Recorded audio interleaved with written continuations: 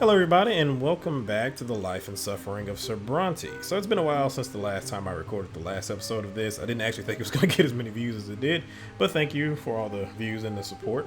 And that was the end of chapter 1 where we left off, so I'll go ahead and continue on to chapter 2. That's all the chapters that's out right now. And when the full game comes out, I think I will go ahead and play it on the channel. Again, I love narrative games like this. I play a lot of choice of games in my spare times, both from choice of games and from hosted games, I believe it's called. But yeah, I really do like these style of games. So I don't get a chance to play them too often. And again, I don't play them on my channel a lot of times because it's very brutal on my voice. But yeah, I do like these style of games. So let's continue on into the second chapter, shall we? All right, 8 years old, and I am into adolescence. I have forgotten some of the choices that I made, but I know a lot of the choices I made were dependent upon my stats, so yeah, we'll just go with that, kind of wing it. Chapter 2, Adolescence. You've lived in this world for 8 years now. As you grow older, life grows more complex. The world of your childhood was limited to your house and family, but now that world is growing. It is also your neighborhood, the houses nearby, the streets of the ancient city of Anointment. A question now looms over you, growing more important with each passing year. What will your place be in this vast outer world? Few people in the blessed Arcane Empire trouble themselves with this question. It's not within a man or woman's power to choose. Their destiny is predetermined by their birth and those who bore them. And yet your peculiar birth has granted you a choice. Your father is a man of nobility, a worthy example in matters of duty and honor. Your mother is a commoner of lowly estate, humility and patience made flesh. And your sky is ablaze day and night with the light of the shining pillar, the beacon of the clergy. Your back bears the mark of the lash. Will you accept the drudgery and suffering that is the lot of the lowborn for your entire life? Or will you follow in the footsteps of your father and your father's father and fight for the right to serve the empire as a noble of the mantle? Or will you follow the twin God's word and the spiritual guidance of men? I want nobility. The answer lies out there in that vast, terrifying world. What awaits you beyond the walls of your home? All right. So we have Glorious Secret, Stephen's Disgrace, Matters of the Heart, Blood Tide, Nathan's Admonition, Revelation of the Tree, and Sophia Saved. Interesting. Okay.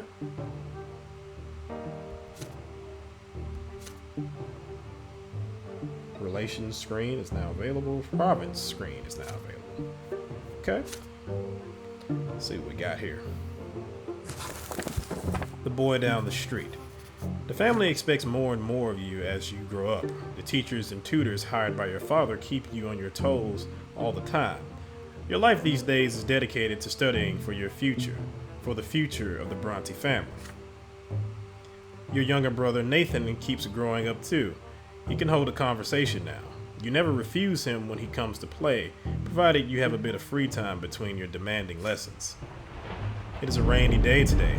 Father and mother have gone to a ball, and they left Nathan in your care. You lose track of time over the books in the sitting room, and Nathan goes off alone to splash in the creek. Soon you hear his voice begging you to come outside. He's on the porch, sobbing, all covered in dirt. You walk up to him as he continues to bawl. It's all that kid. He pushed me into the ditch and called me names. He said I was a fancy pants fool. I said I'll call my brother. He's still there. You have to go punish him, Daeron. Nathan points at a lopsided wooden house further down the street where the poorer artisans live. You see two boys lingering there on the porch. They are clearly both commoners, but far from poor. One of them is almost as tall as Nathan, and he frowns in a funny way, just like him. The other looks older, almost your age, but he is more broad-shouldered and taller. His name is Tomas. You've heard it before. There, Daeron, that's him. Oh boy, why did you drag me into this? Nathan points at the younger boy and hides behind your back. Thomas grins and rolls up his sleeves to reveal strong forearms. He must have been helping his father with manual labor for quite some time. Listen up, rich boys. We don't give a damn about you or your friendship. We don't let nobody call our home a stinking rat hole. Your little brother earned his ditch dive. Maybe next time he'll dress normal and stop picking fights with people who can throw him in the mud. Your hands clench into a fist before you react. Nathan called them names first. No wonder they did the same. That's how it goes. But pushing your brother into a ditch is too much. Thomas stands tall and confident. He sees no threat in you. You're about to get ready for a fight when you feel a tug on your sleeve. You turn your head to see Nathan, the one who started the whole mess.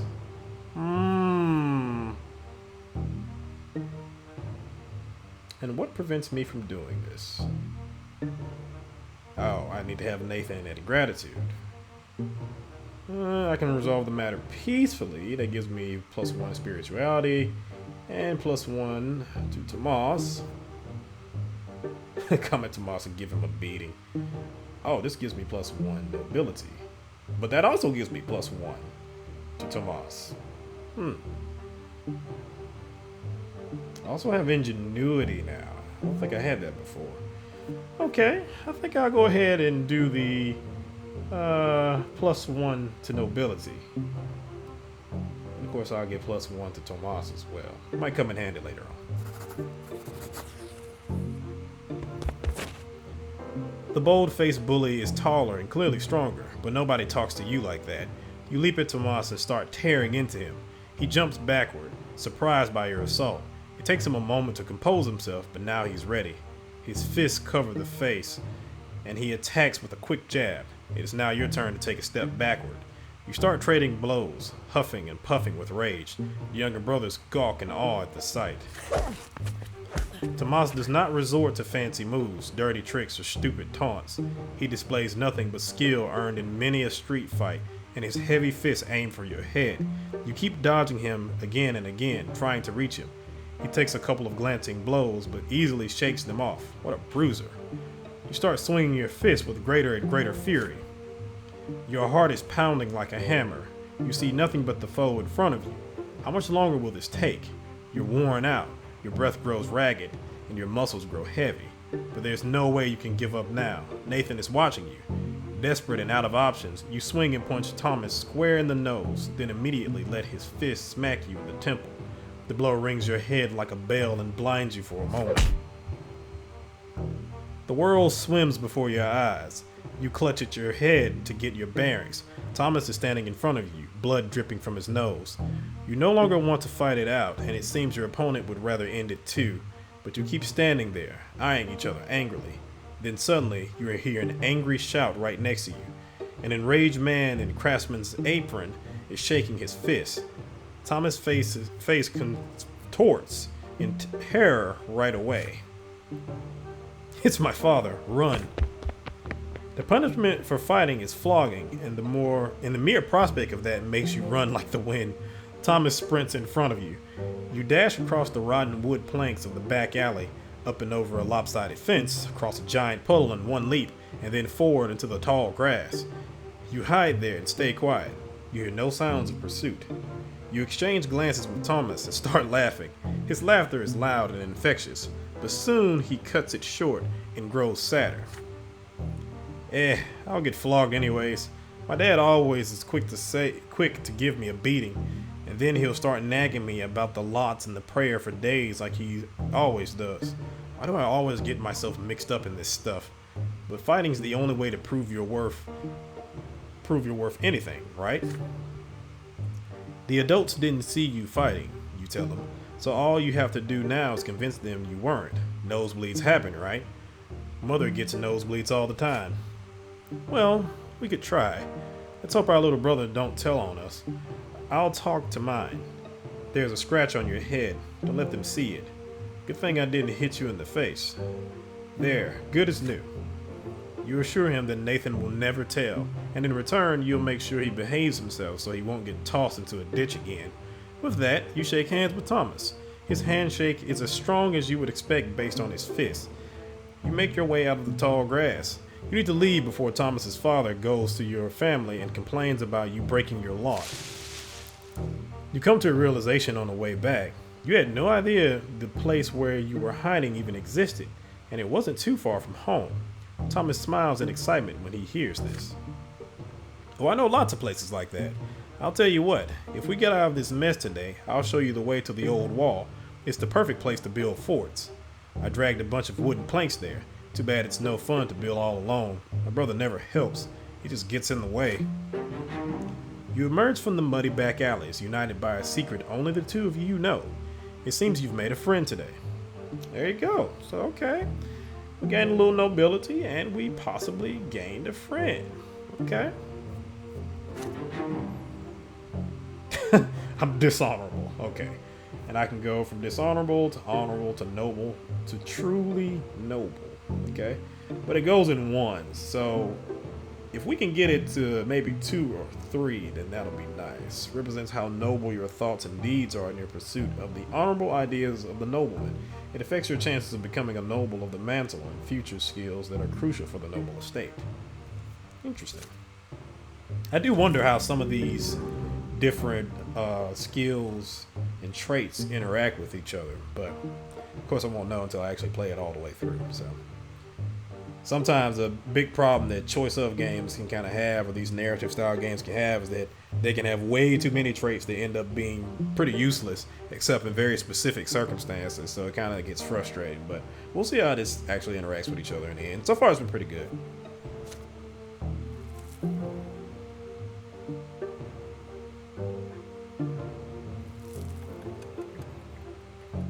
Alrighty, I am now at the lovely age of 9.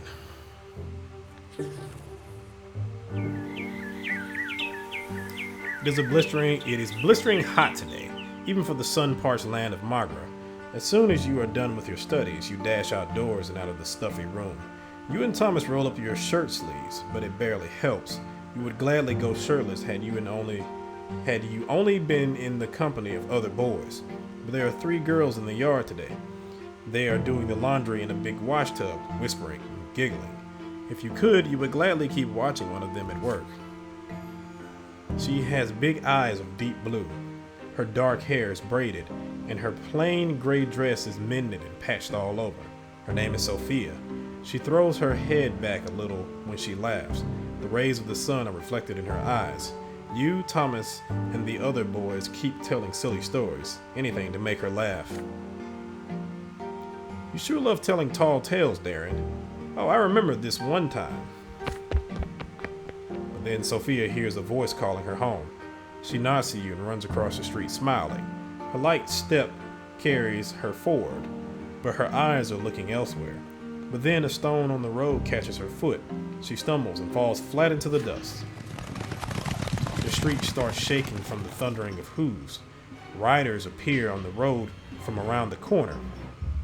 They bear a coat of arms you recognize right away. A sable serpent blade upon a field of vert. It symbolizes the Millennius dynasty, the family of your province's archduke. The horses dash forward. A lost wooden toy on the road cracks under their hooves. They will not slow down. They are the nobles, and the rest must make way for them. Sophia is in the way, just now starting to get back on her feet. Her mother is crying for her desperately from behind the fence. You freeze in terror. The riders surely see the girl. Are they going to stop? Or are they going to trample her? In only a few moments, the beautiful girl will be toppled, trampled, and crushed. Oh boy. This is going to cost me some things. But it will gain me a lot. Ah, shit. Well, this is going to give me a death. Early. Alrighty. Sophia, you better be worth it. You throw yourself blindly into the road, swinging your arms wildly. Dazed by the sound of the thundering hooves, you can see nothing in the dust. For a brief moment, the horses slow down, just long enough for Sophia to get back on her feet and flee to the roadside. But then the rider digs their spurs in. Dozens of hooves knock you off your feet and roll across your body. Your bones crack, break, and crumble. Your ears are ripped apart by the thundering rhythm of the ride. Your innards are pulverized. The last thing you remember is the sound of your own skull caving in. Jesus. And now I have my first death. So I know in this game you do have multiple deaths, but I'm curious to see how this actually works. So let's see. You fall into a pain that embraces you like a soft feather bed. You feel light, free. There are no restraints, just a warm glow that envelops you in its secure embrace. The waves carry you. Their touch is soft. Their delicately enshroud what was once your body. It is a feeling unlike anything you have ever experienced before. Something absolute and complete. You touch something greater, the reason behind everything, the reason for your very existence. You were sculpted from this light. It was the first thing you ever felt, a boundless and sincere unity of the diverse. Your beginning was a spark that cast this light in all directions, and now you're here again, one with the beginning of everything. The light gleaming from you resembles the light of the shining pillar. You still see it, in the north as always. The waves of light carry you to two figures. The elder is nearest. He is ready to accept you. He is quiet, wise, kind, and pure. The younger waits further back. You do not know what he is yet. The waves pause at the elder's feet. He leans over you and plants a feather-like kiss on your forehead. The kiss spreads all over you. You are filled with unparalleled delight and bliss. You exist. You are unique. There's no one else like you. They know this, and they love you. You will never be alone. You are a part of them, a part of your family, a part of this universe. The twin gods will never leave you. They watch over you constantly. The elder softly touches you as you lie spread out amongst the waves, sending you further down the torrent of light. You float on to the top of the silver tree's spreading crown. The closer you get to the silver tree, the heavier you become. The waves draw you down along its trunk, but you do not wish to part with the warmth and the softness, with the love. You turn around. The elder is still watching you. He nods. All is as it should be. Go, your time has not yet come. You must return to the world now. As you tumble down towards your body, you comprehend the true meaning of your lesser death and the divine love that has been revealed to you. Love exists not only in the hereafter, it is present in the entire design of the twins that is the origin of all life in this world. What is the manifestation of this love in your mortal life?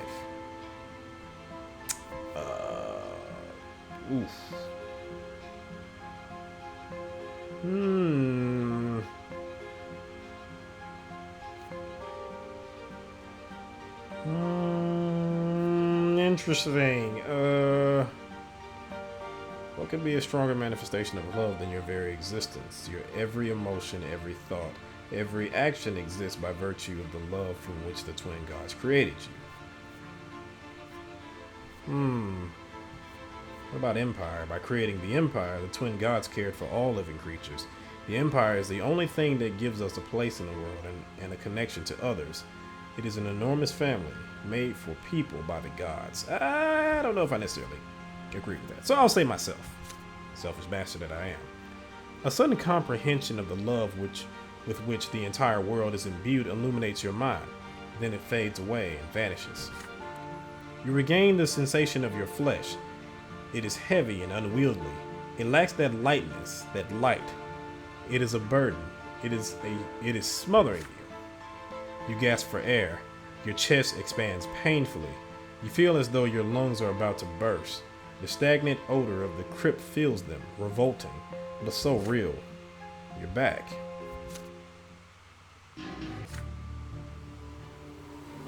Then you can feel again.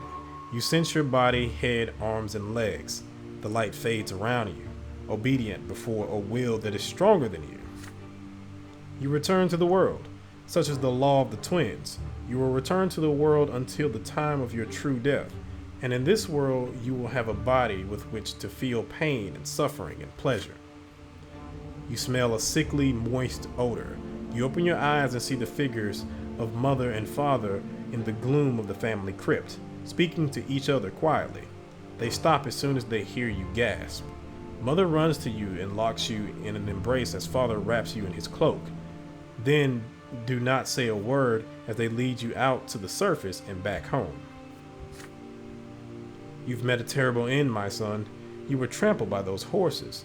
Don't be so careless ever again. The lives you were granted by the twin gods are not to be wasted so recklessly. You will be punished for this, but the twins have already meted out their punishment. You tremble, your steps unsteady as you learn how to move again. Your body is eerily smooth, fresh, and renewed. Even the recent scars and scratches are all gone.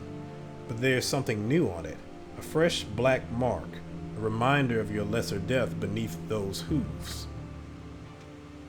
Remember that, by the twins' mercy, we are all given enough time in this world. Should you die before your time, you will be brought back by their grace. For 3 times they will rescue you from a terrible fate, but the 4th death is true and final for all. Every loss of a life we were granted at our birth is a heavy blow to us, but the gods told us not to mourn a lesser death, and so we will humbly accept this and move on. See, your body has been reborn anew, with all your wounds healed. Do not mourn your loss of life, my son, but thank the twin gods for their justice. Do not speak of this, and do not ever play by the road again if you wish to keep on living. You cautiously go back outside the next day. Children from the neighborhood surround you. They all saw you get trampled, and now they all ask the same question. What was it like to die? Thomas rescues you from their pestering. He pushes the motley crew aside, hugs you, and pats you on the back. Look at you, buddy. You gave an entire life to keep a girl safe. Then you see Sophia. She's standing nearby, shyly working up the courage to walk over to you. Soon she finally approaches you and begins speaking rapidly. Daeron, why did you throw yourself in front of those horses? My life isn't worth any more than yours, so why did you think that? You weren't supposed to die there. It was all those riders' fault. They deserve to die, not you. Her voice rises to a shriek. She suddenly stops and runs back home. You stay where you are, watching her run, the golden rays of the sun dancing in her braided hair. Okay. So again, we suffered our first death, but we did get a little closer to Sophia. And again, she better be worth it, because I've already died once now, so there you go. Okay, my willpower is -5. Need to get that up. So yeah. I've been reborn once, but my honor is going up. I am now honorable. Maybe if I can get that to noble, I can go ahead and possibly get myself into the next lot. Ingenuity represents how quick-witted you are and how skillfully you can manipulate a situation to your own end. It affects your ability to survive without the privileges of nobility and future skills that are crucial for a commoner. Yeah, I need to get that up too. I probably won't focus too much on spirituality, but I will focus on nobility and ingenuity and getting my willpower back. Alright, you saved the local girl named Sophia from lesser death.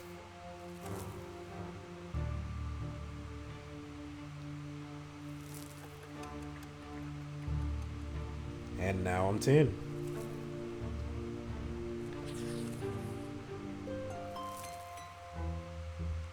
Sophia disappeared after the terrible incident with the horses. Her friends gossiped that her parents sent her off to serve a rich noble dynasty. You haven't seen each other since that day, but you still remember Sophia's eyes, the sunlight shining in them. But no matter what, life goes on. You're 10 years old now. Your studies continue, and you are learning more about the land you live in. Adolescent is an ancient city in an imperial province by the name of Magra. All soil in Magra was turned to ash eons ago, scorched by magic during the rebellion of Duke Shar Malinidas. The magical arts are all but gone now, but the scorched earth has remained barren and infertile ever since. Since then, the entire province has lain barren, tormented by cold and scorching winds in equal measure, with few precious plants taking root on their own. All fertile land in Magra is bought elsewhere and brought here by an endless caravan of carts. To pay for food and soil, the cities of Margaret became skilled in many trades, mostly mining and digging for metals and stones. Last fall, there was an explosion just outside the city, followed by clouds of thick smoke. The first such incident frightened the citizens, but then explosions and smoke became an everyday occurrence. Soon, everyone grew used to it. Father explains that the miners are using a new invention called gunpowder. It makes it easier for them to reach the precious stones and metals deep within the earth. Then one day, a thunderous explosion rocks the city, and black billowing smoke covers the houses. People are stuck in their homes, all windows tightly shut. The air is impossible to breathe. Nathan coughs all the time. Gloria and you cough only when nobody is watching. If Mother hears it, she'll make you inhale those hot herbal vapors, just like Nathan. It takes 2 days for the black smoke to disperse. People pour out onto the streets to meet their friends. Thomas is eager to share everything he knows about this incident with you.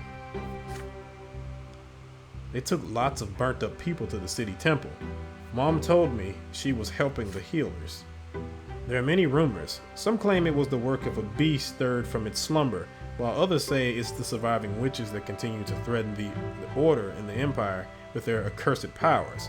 But as for you patiently wait for Father to come back home, and then you ask him about it. Father spends day and night at work in the prefecture with Mother, while Mother spends all her time in prayer. It takes a full week for Father to finally come home, and he's almost completely spent. You muster enough courage during dinner to ask him what happened outside the city.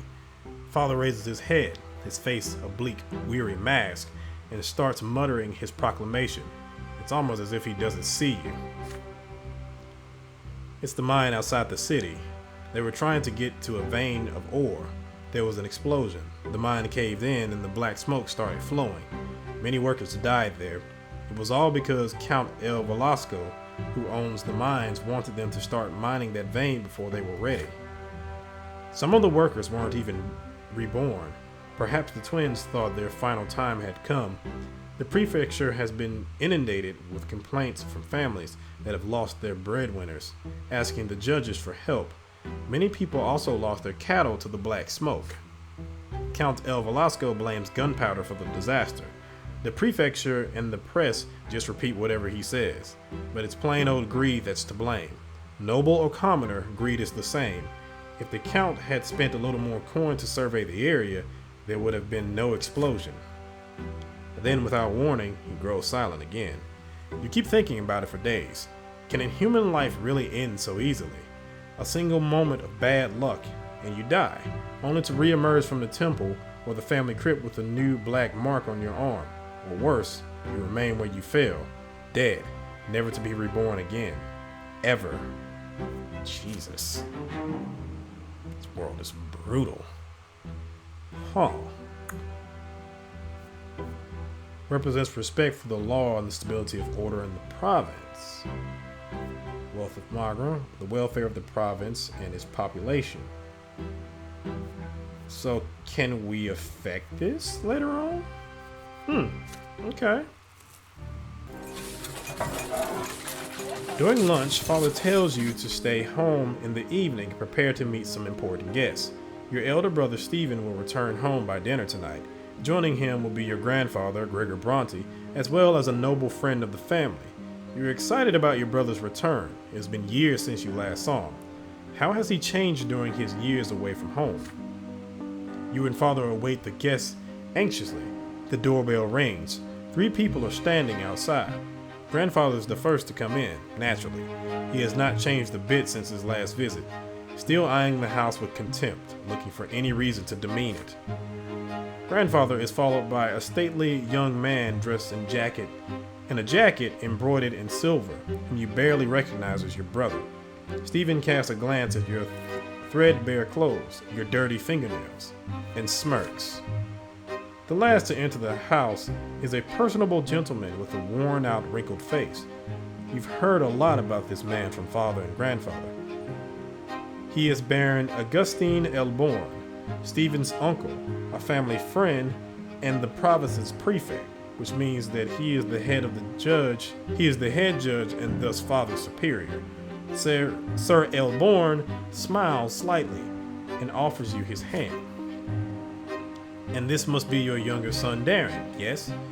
You have your father's eyes, young man. Father bows slightly to grandfather and Sir Elborn, but there's a moment of quiet when Stephen turns come. Father reaches out to him awkwardly, expecting an embrace. There is a question in Stephen's eyes as he looks at grandfather. The old man shakes his head almost imperceptibly. We noblemen oughtn't put our emotions on public display, Father, not even after a lengthy separation. There's no embrace. Instead, Stephen nods to Father curtly. He responds in kind, his face devoid of emotion. After the greeting, you proceed to the sitting room. Elborn is the first to enter. He kisses Mother's hand, and Gloria's too, and tussles Nathan's hair after he sees him hiding behind the table. Grandfather acknowledges them with glum nod. Greetings, Lydia Brante. I remember you were kind to me when I was but a child, and you must be Nathan. You could barely walk when I saw you last. Your elder brother ignores Gloria completely, not even a greeting. You proceed to the dining room in a dignified manner and take your seats. The dishes smell delicious, but they merely punctuate the overwhelming tension at the table. Elborn is the only one with a friendly smile on his face. The dinner is splendid, Lydia. Did you choose the dishes yourself? You have a truly refined palate. It warms my heart to know Stephen spent his early years with you. Womanly care always does a child good, no matter the estate. Your fork freezes in the air halfway to your mouth. You expect many things from a noble of the sword, but words of praise from a low-born woman are not one of them. You cast a glance at grandfather. He looks like he's about to choke on those words. It would do my grandson more good to stay at boarding school among his equals. Please, Gregor, parenting is no less important. Nothing can replace a mother's love, I cannot deny it. It saddens me greatly that my late sister could not be there to raise Stephen, but there was still a family for him, and he was surrounded by love. How could that be bad? And besides, his father was by his side all the while. A father's example is always the best. After all, Robert earned the judge's rank the same way you did. Your grandson will surely follow in your footsteps. And who knows, perhaps even the younger men of the Brante family will contribute to the... You clumsy, low-born cretin. Everybody is startled by the sudden outburst. Grandfather's face turns red. He's glaring at a young lady servant holding a pitcher over a glass. Stephen is sitting right next to her, dabbing a napkin on a fresh stain on his jacket. Begone this instant. The lady servant runs away, leaving the pitcher on a small table by the door. After a quiet moment, Elborn smiles again. It appears the servants have left us, yet dinner is far from over. Worry not, uncle. There are enough commoners at this table to keep us served with food and drink. Stephen glares at Gloria across the table. She is sitting right next to you. She shrinks down and hunches over under his gaze. Father furrows his brow. Mother covers her mouth with trembling hands. Grandfather sneers. Stephen's gaze does not move. The silence lasts far too long. Then she starts to rise from her chair. If the Brante gentleman so wish it. Your hands clench into a fist under the table. How can he bring himself to humiliate his own family, his own mother and sister like this? It's all his grandfather's doing. Stephen could not even bring himself to embrace father without his permission, and yet they are noblemen, and they have the right to act this way. If there is any way this dinner can become even more unbearable, you do not want to see it.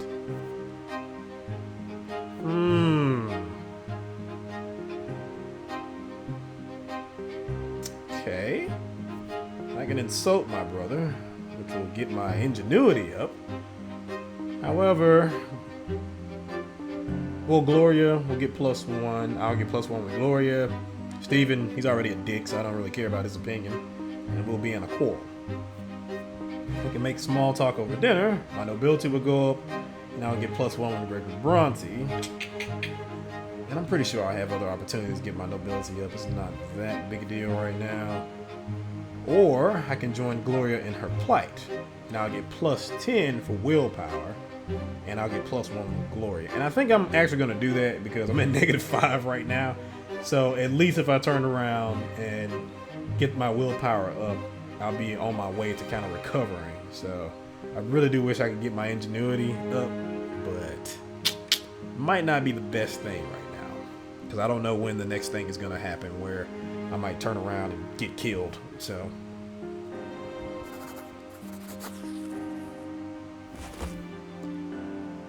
you deliberate for a moment, then take the napkin off your lap and rise to join Gloria. A moment later, you hear the sound of another chair moving. Your mother joins you. The three of you now refill glasses, serve food, and clear away dirty dishes. Sir Elborn tries to make small talk with father, but in vain, so he focuses his attention on grandfather and Stephen. Grandfather is pleased to inform him of Stephen's achievement at the boarding school, especially his exemplary sword fighting skills. He constantly stresses the importance of your elder brother for the future of the family. You listen to him dispassionately as you continue serving new dishes to the table. As you wait at the nobleman's table, you, your sister, and mother never bump into each other. Your labor is impeccable. Grandfather could not have found fault with it even if he tried. When the guests finally leave, the three of you embrace each other with relief. Your shoulders and back are aching, but being a manservant inside your own house hurts even more. This is your reward for following your lot. Alright, so she's back to being indifferent with me. And I'm now at 5 as far as my willpower goes. If I can bump that up one more time and then have a little bit of a buffer, I'll be happy. So, alright, now I'm 11. Jesus, time is flying in this game. Hot, dry wind sweeps through the city from the barren lands around it. The noble residents of Adolescent prefer to remain in their chambers, while the commoners huddle in tents or in shade of the silver tree. You are on an errand right now. Your father wrote a letter to a noble acquaintance, and you are to deliver it. Thomas, the boy down the street, is tagging along. The two of you are inseparable now. The errand is an easy one, so you decide to take this opportunity to loiter around the part of Adolescent where the nobles live. So here you are, in the middle of the city square, resting on the ancient brickwork by the old fountain in the merciful shade of the gargantuan silver tree. Thomas is by your side, lazily slouching on the edge of the fountain's basin. It's a hard life for commoners like you and me. Either you break your back in a workshop day and night, hoping someone will buy your goods someday, or you become a manservant to some noble. You never get a chance to enjoy life. This is our lot, you remind him. We work and endure and suffer. But Thomas waves your words away. Yeah, I know all that already. Mother keeps drilling that stuff into me. We must be humble. Our strength is patience and persistence. So yeah, I say, but I want to make my fortune no matter what. So how ain't that living by my lot, I ask you. But the lots, they ain't easy. Let's take you, for example. Bronte, your father's a nobleman, but even if that didn't make you one, just look at your hands. You never had to work as hard as me, but we have the same lot, so we're supposed to suffer the same. Or look at your father. He's a judge. He toils at the prefecture day and night doing his judging, and he's a noble. I've never seen an Arcane work as hard as he does. You shrug. The Arcaneans are a different race. The books say they were born to rule over humans. They are never commoners, always nobles of the sword by birth. They founded the empire after subduing all the human kingdoms on the continent. Humans will never be their equals. Arcaneans are always better, smarter, stronger. Their skin is a noble shade of blue. If the books are to be believed, of course. You've never seen one yourself. Jesus, sounds terrible. Your idle chatter is suddenly interrupted by a rugged-looking guardsman dressed in black and green. He chases you away from the fountain. Common rabble like you have no place here. You hear the clattering of hooves and wheels against the cobblestone and see flags bearing a coat of arms. A sable serpent on a field of vert. It makes you squirm. It is the Archduke's coat of arms, the Melinidas dynasty. The carriage door opens, revealing a young lady in a luxurious dress. You cannot look away from her. Those dainty shoulders, suggested but not revealed by the cut of her dress, her black hair cascading over them, her stately, slim silhouette, her pouty lips and prim nose, and those eyes, dark like the night sky, the way she moves, fluidly, gracefully. And most incredible of all, her skin glows an azure blue. This is a masterpiece given life. She's an Arcane. Octavia Melinidas. Clear the way for me. The Melinidas guardsmen work quickly to clear the way to the fountain for the Arcane lady. The searing sun dances on her skin in bizarre patterns. With one elegant motion, she reveals a handkerchief, then leans over the basin and wipes her head and neck with its cool water. Well, I'll be. That's Octavia Melinidas, our Archduke's own daughter. The Arcane turns away and proceeds gracefully back to her carriage. You see something slip out of her hand and fall into the cobblestone right next to you. Her handkerchief. It is right there by your feet. Intricate craftsmanship, expensive woven fabric, delicately decorated with emerald filigree. Your heart skips a beat when you dare draw the beautiful Arcane's attention in order to return her lost possession. Or would you rather not attempt to cross the chasm between you and her? Oof. Okay. So, if I do it, I will lose 5 willpower, which means I'll die again, I think. Let me see. Matters of the heart goes up. Relations with Octavia Melinidas goes to curious. I can stash the trophy, which means I'll get plus 5 willpower, and I get plus 1 with Thomas. We'll keep the handkerchief as a memento. I'll just get plus 5. Oh, plus 10 willpower. Okay. Interesting.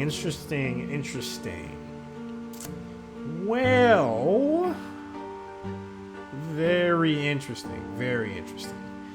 I think if I had more willpower, I'd be willing to give the handkerchief back to Octavia. But at the same time, I don't. So, and I really want to do that.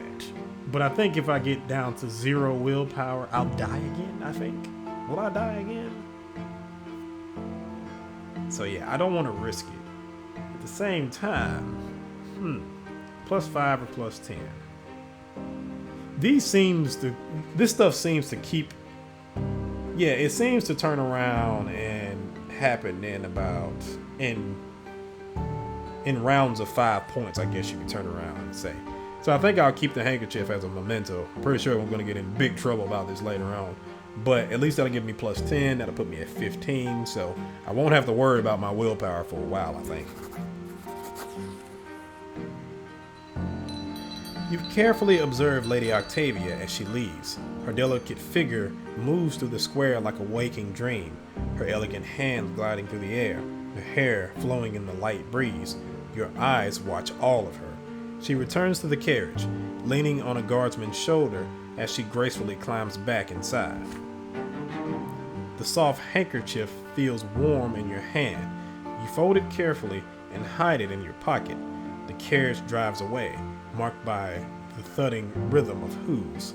Until that day, you associate the Melinidas dynasty with nothing but indifferent cruelty. But now, your breast pocket holds the proof of yet another quality they possess: beauty. Alrighty. Okay, so now I don't have to focus on willpower anymore, and I am halfway through my adolescent years.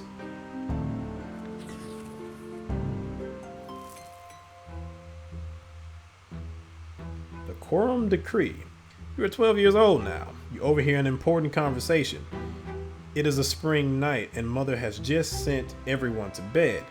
You walk past Father's study and hear voices coming from beyond the door. Grandfather is yelling, and Father is replying quietly. The elder Brante men are fighting, arguing about the place of the commoners in the city. You sneak outside to avoid Mother's attention and hide next to the open window of the study. Perhaps they'll mention you too. That low-life idiot had the gall to pay me a visit and beg me for some service. He had the insolence to ask me outright. He thought I was going to support his claim for the chairman's seat in the lesser quorum. How dare he? Father, please listen. Mayor Egmont may be lowborn, but he carries a lot of clout in Magra. He owns 5 iron mines. A friend like him could be quite useful, should he become the chairman of the lesser quorum. I don't give a damn who this Egmont is, Robert. What he is, however, is lowborn. His lot is humility and obedience. The likes of him can never rule anything. They're nothing but a flock of sheep that need a firm, noble hand to guide them. And yet he's probably richer than you dumbass. I wasted so many years trying to squash the quorum decree, but that accursed Cornelius Tempest did everything in his power to make the emperor sign that pathetic screed. And now even lowlifes can wield power. True power, Robert. Just the right to discuss the size of the Archduke's taxes, nothing more. That is only the beginning. What's next? Are they going to arm the lowlifes now? Make them into judges? If the Empire rejects the foundations and the lots, the entire edifice will crumble. Bah, who am I telling this to? It is already crumbling, and you, my son and heir, are a harbinger of its destruction. Father, I'm begging you. I do not wish to marry a 3rd time. Lydia is a good wife and a dutiful mother to my children. If you would only allow her to. I will allow them nothing. Neither Egmont nor that freeloading wench of yours. What do you want me to do next? Live by the laws of the lowborn? I can already see where this is going, and I'd rather run my own sword through my gut than live in a country where nobles and lowlifes share the same rights. Jesus, this guy is the king of dicks. My only dream is to see the name of Brante in the blue book, but that dream will never come true. They will never call me Venerable El Brante, and it's all because of this marriage of yours, or because you're a dick. My only hope now is to hear Stephen addressed in such a manner one day. Thank the twins I didn't let you ruin that boy. He's about to grow up a true nobleman. His children will bear the name El Brante. God, man, why are you just sitting there taking this from your dad? You have 2 more grandsons. Those spineless milksops from the common lot, they're incapable of anything. The best your middle son could do is sneak into the Imperial College and get ennobled by the mantle, although I have grave doubts about even that. As for the downtrodden Nathan, I hold out no hope for him whatsoever. You hear grandfather's heavy footsteps, the thudding of his cane, and the slamming of the door. It's time to sneak back home before you're discovered. Power represents the current balance of power in Magra, and who rules the province. Old nobility in power, overseer in power, struggle for power, commoners in power, reign of terror. I might like that reign of terror. Might be good for me, actually. You started studying at the school of Sir Tibor and began to master the sciences. Okay. Does that change based off of what I actually have as far as stats go? Finally, the day comes when the teacher stops coming to the house. Before you can breathe a sigh of relief and put away the books, Father asks you to come to his study. You've grown, my son. It's time for you to continue your education away from home. I've chosen a deserving school for you, Sir Tiber's School for the children of noblemen and well-off commoners. Naturally, it is not a boarding school for nobles, so you will study there during the day and come home in the evening. You share the next news with your best friend, Thomas. Best friend. Sir Tiber's School, eh? Yeah, I gotta ask my parents to send me there too as soon as they get the coin together. Father says his workshop has toiled day and night for years to save up for my education. The school is based in an ancient estate of Arcane design. The classrooms are tall and spacious with massive benches. The sounds of scraping quills and lectures on history and imperial law and theology echo under the vaulted ceilings. The rules are strict, the lessons tiring. Restless Thomas keeps getting distracted, and several times he gets his hand slapped with a stick for it. Every teacher demands flawless mastery of their subject. Every day, Father asks you about your studies. You have already told him twice how Magra joined the Empire and how the Noble's Court of Honor is different from the Commoner's Civil Court in the city prefecture. But Father keeps pressuring you to work even harder. When it's time to go to bed, Mother will not let you go to sleep until you recite a newly learned prayer for her. And when it's time to go to school, you promise her every day that you will behave with great humility and steer clear of insolent behavior of any kind. For you still live by the commoner's lot, and that lot is hard work and suffering. Jesus. Terrible. Your first month in school draws to a close, and the teachers announce that there will be exams at the end of the month to determine the best and the worst students in each subject. Father insists that you devote all your spare time to studying law and history if you wish to follow in his footsteps. But when you speak to Mother every day, you start considering theology. You still remember the revelations and the divine visions that came to you in your earliest years. You have only one more day until the exam. You've locked yourself away in your room. It is already getting dark. Your desk is covered with handwritten notes surrounded by leather-bound books. Just looking at them makes you queasy, but you have to read through all of them again, at least for one of your subjects. There's a nagging thought on your mind. Thomas ended up in big trouble the other day. He got in a fight with several boys who live next street. They heard about your wooden fortress and got in an outrage by the fortifications built by commoners. They swore to dismantle it tonight. Thomas swore he would defend the fortress until the end. Perhaps you should abandon the books to rescue the friend in need. But then you hear your little brother Nathan knocking at the door. He stands there shyly, not saying a word. He often does that, standing still and staying speechless until either you speak first or he runs away. But this time, he actually says something.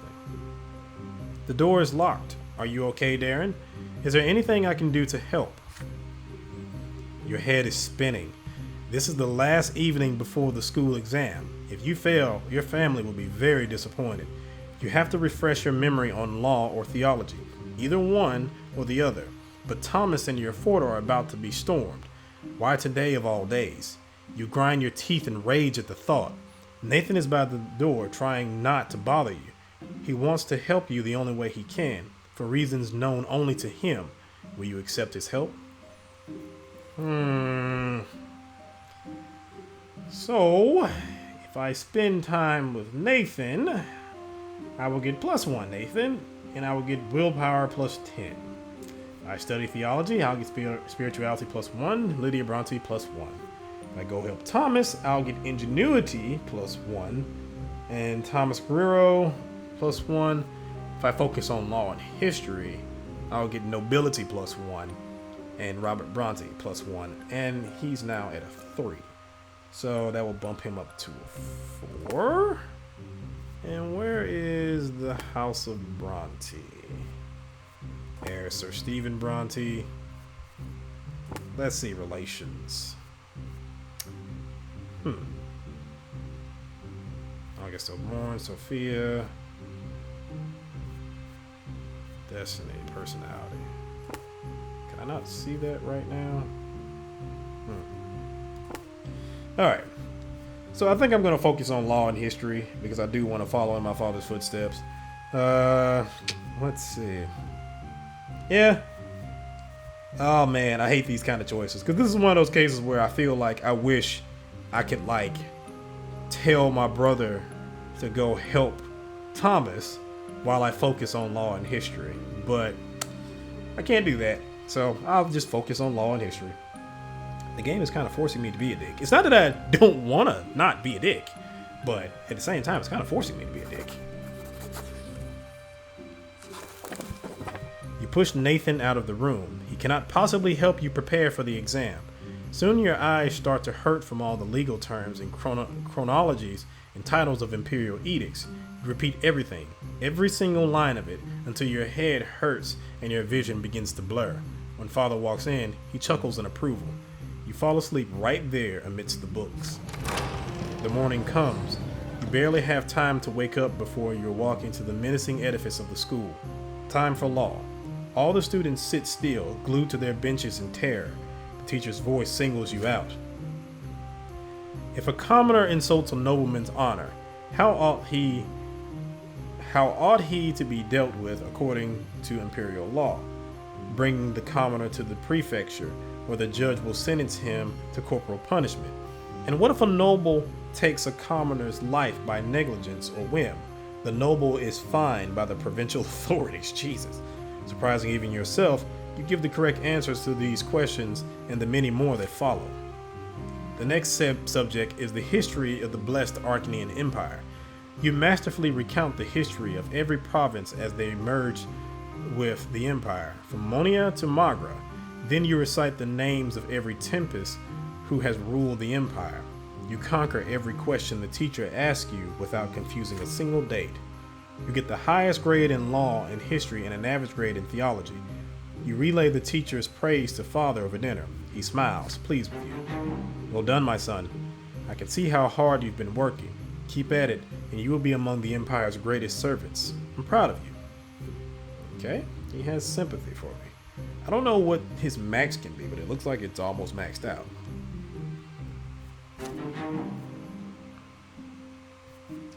And I am now honorable. If I get one more point, I can be noble.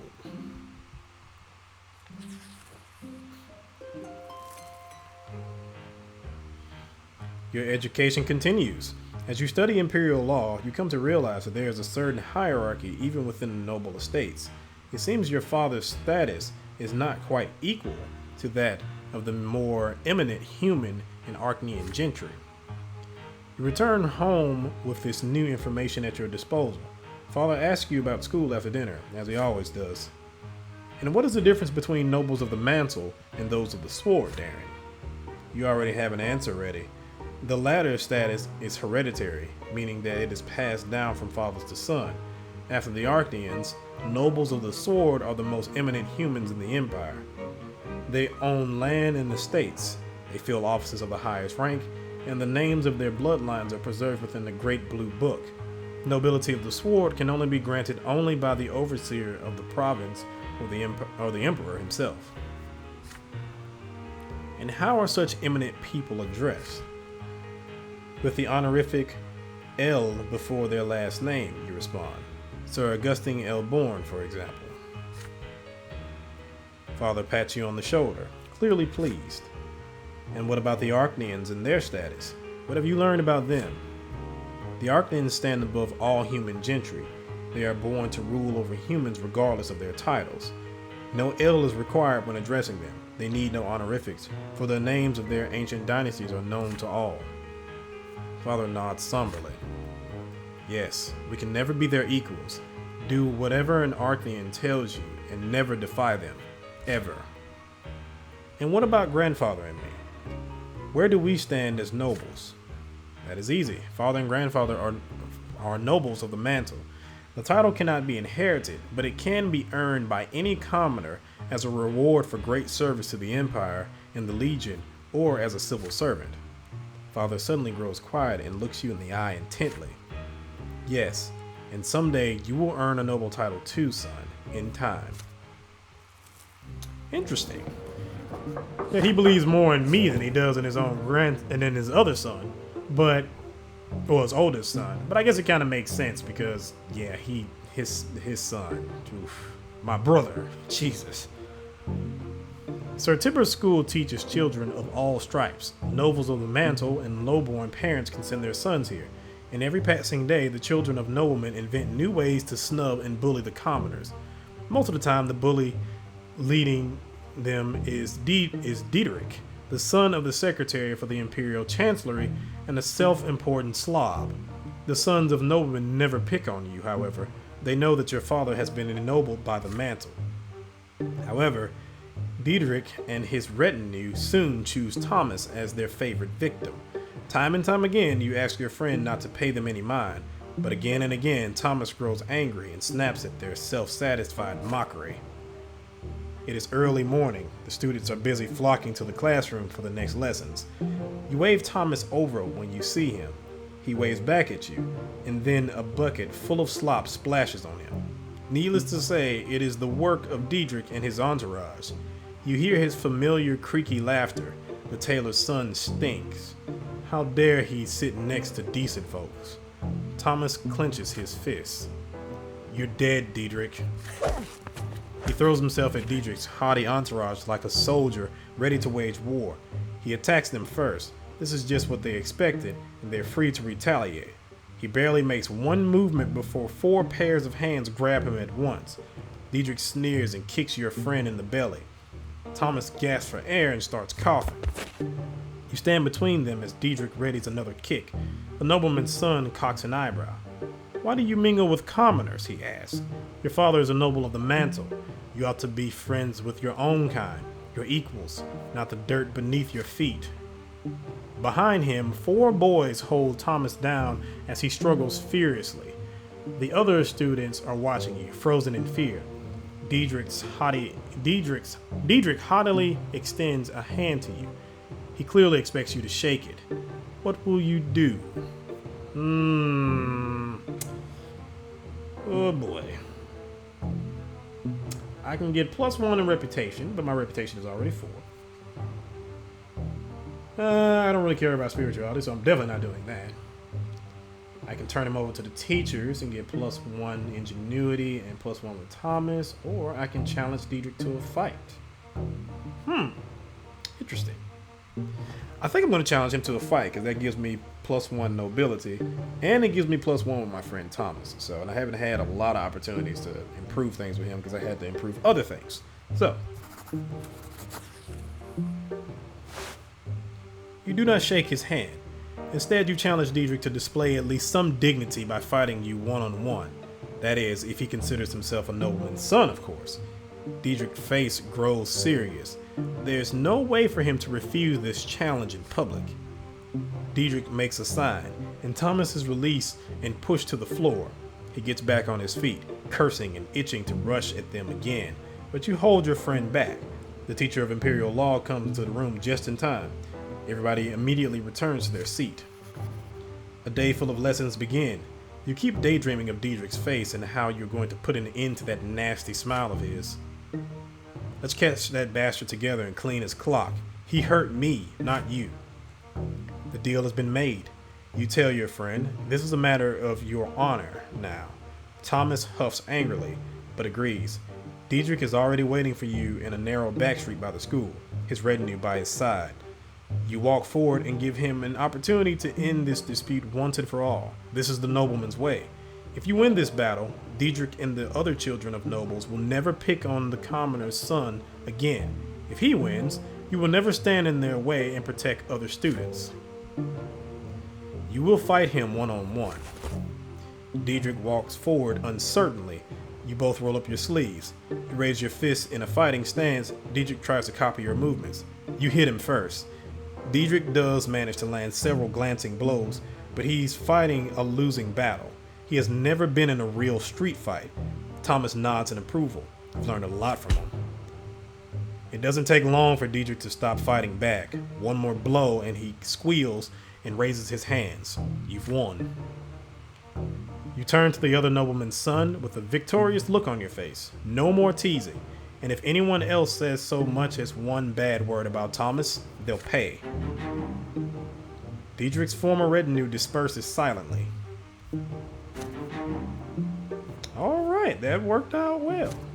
I'm actually surprised that didn't turn into 2 events where you might pass like one check, but then you go to the next one and then you're screwed or whatever. Because a lot of choice of narrative style games have that situation where like you can pass the first check, but then when you go to the next incident, you might lose because you might not have enough in this stat or something like that. So I like that just kind of worked itself out. So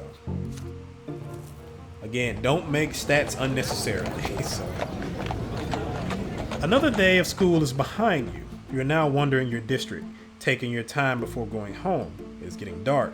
Soon you are walking past the splendid mansion of Count El Velasco, one of Magra's richest landlords. You hear a familiar voice from the other side of the iron fence.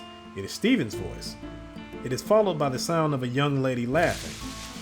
You peek through the fence and into the mansion's garden, and indeed, there you see your elder brother, dressed like he is going to meet the Emperor himself.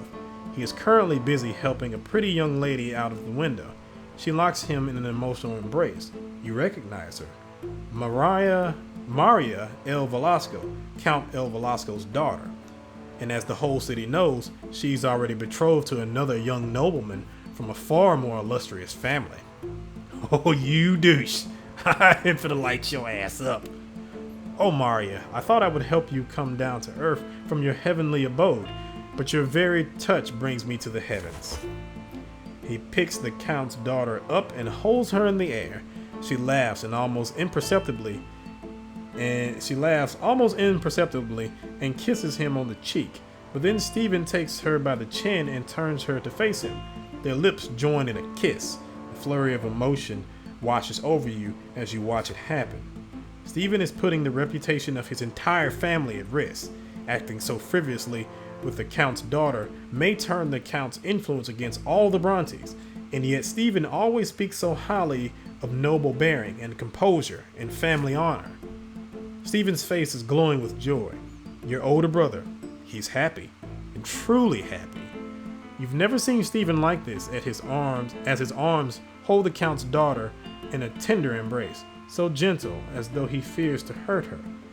And Maria reciprocates his feelings. Must you really rob them of their secret joy? Yes, you must. He's been a douche his entire life. If you ever speak to him about this, no one else must hear it. You wait by the gate patiently until Stephen decides to return from his escapades. He's startled when he finally notices you standing by the gate.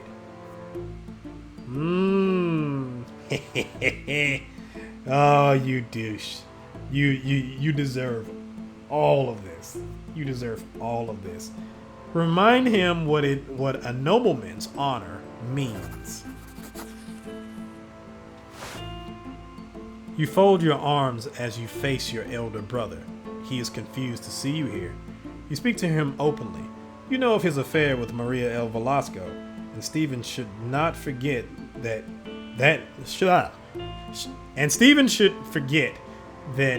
young lady as soon as humanly possible. Ooh, sorry for that. He freezes at these words. You keep talking. A noble cannot behave like this. Stephen is risking bringing shame on all the Brontes, and worse yet, he is defying his own lot and his own words.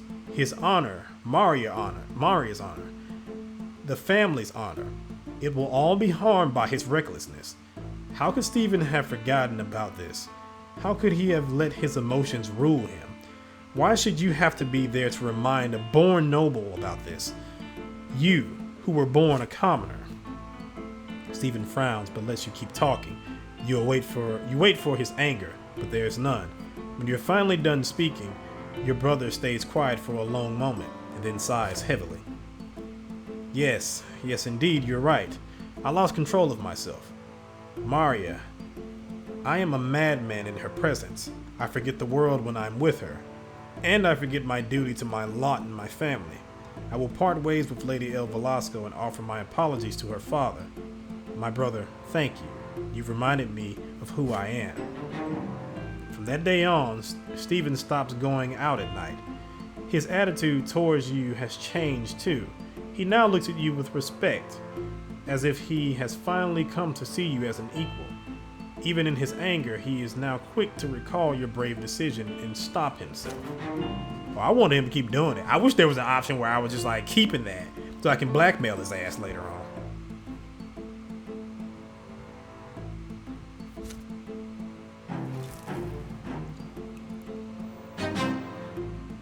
Okay, Stephen's disgrace.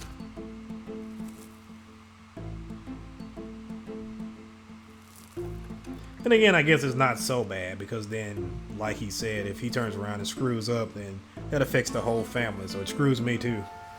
Douche. The Silver Tree.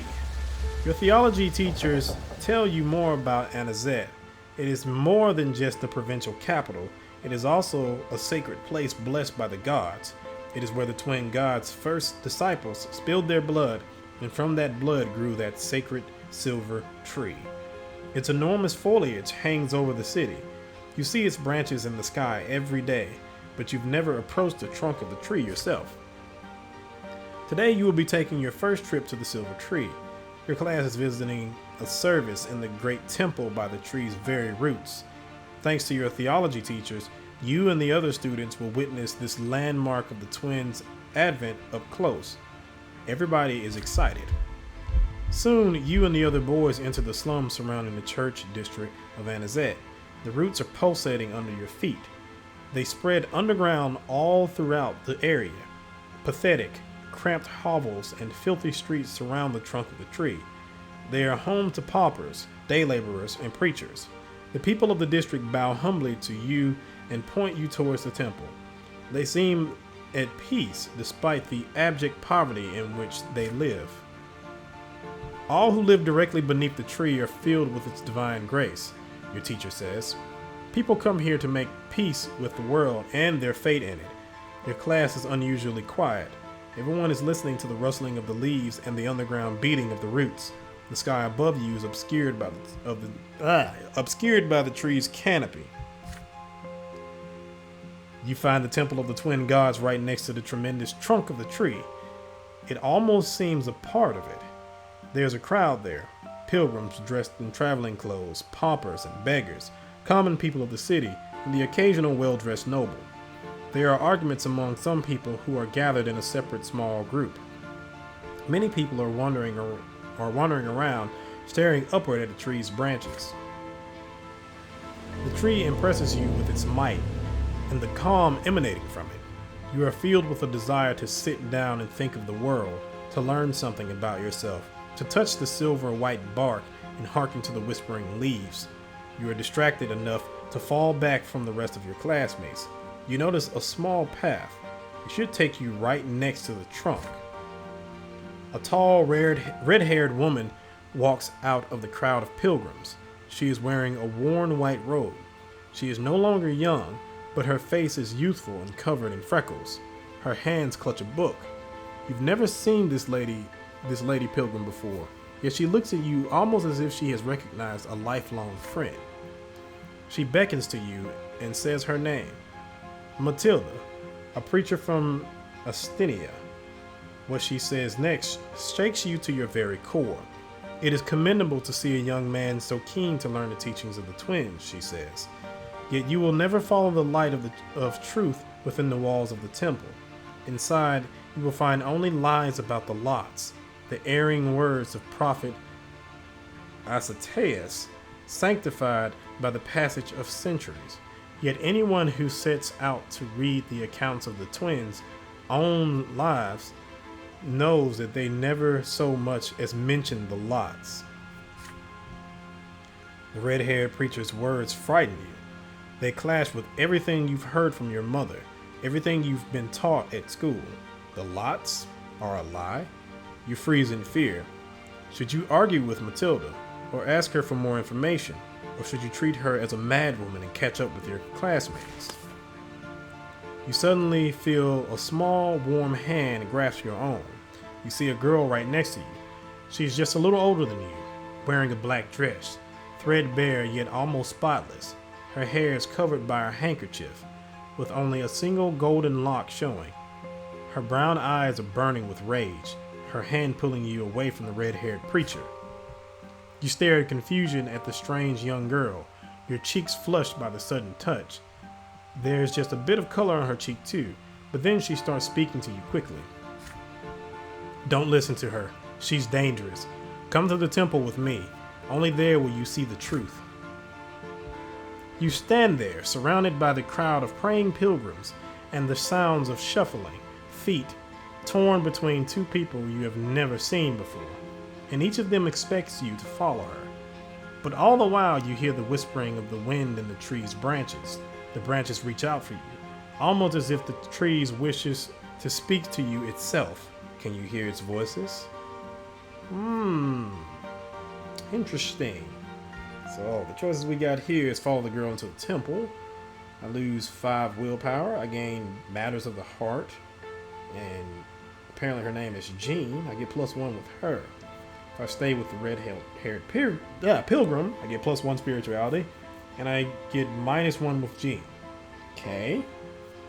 If I leave them and approach the tree, I get +10 willpower. And it's now at 15. If I give in to the epiphany, I get +1 spirituality.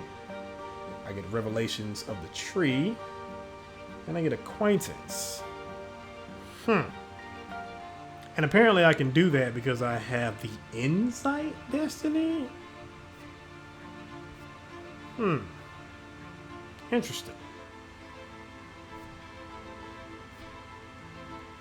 So I'm between leave them and approach the tree, or give in to the epiphany. Because either way I'm going to get spirituality or willpower. So, Interesting. Which one should I do? And I kind of want to just give in to the epiphany because I got this specifically because I met the conditions of having insight. So, yeah, I think I'm going to do that. Because my willpower is already at 15, so I don't think it's going to get knocked down anytime soon. So yeah, give in to the epiphany.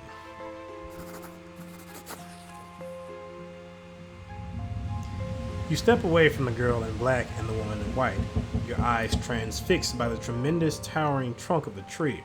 For some odd reason, you recall Mother's ant farm, with the ants hard at work inside and her face as she explained its laws. It is a fleeting, distant memory, a child's realization about the workings of the world at large, and at this very moment, you see yourself and all the other people for the ants they are. You cannot look away from the tree. The people around you begin to fade away, their voices melt together and disappear. The world that surrounds you feels frozen and still now. The slow swaying of the rustling branches is all there is. The branches catch you and raise you up. You soar in the air, higher and higher along the trunk of the silver tree. The branches, the leaves, their light is blinding. Their light holds you up and embraces you. And at this moment, you realize something as clear as the daylight beating down on you from high above. This tree is divine. There's no doubt left in you. The tree was planted by the twin gods and left in this land, an ever-living proof and a mark of the twins' existence.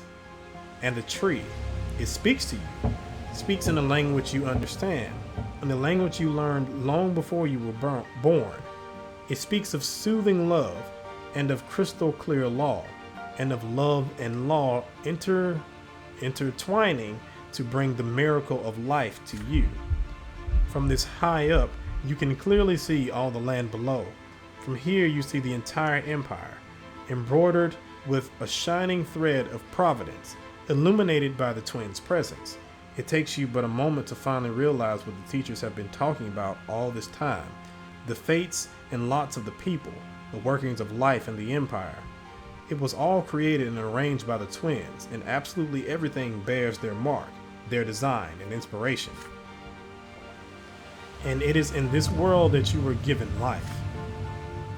Somehow the tree seems to realize that the revelation is now fully within you. It gently lowers you back down to the ground. You glide down between the glowing branches illuminated by what you have just seen. You spoke to them. You come back to your senses. You are still standing by the tree, firmly rooted to the ground. The branches release you, and you are once again aware of the pilgrim's prayers and the noise of the crowd. The young girl in black is staring at you. She is clearly agitated.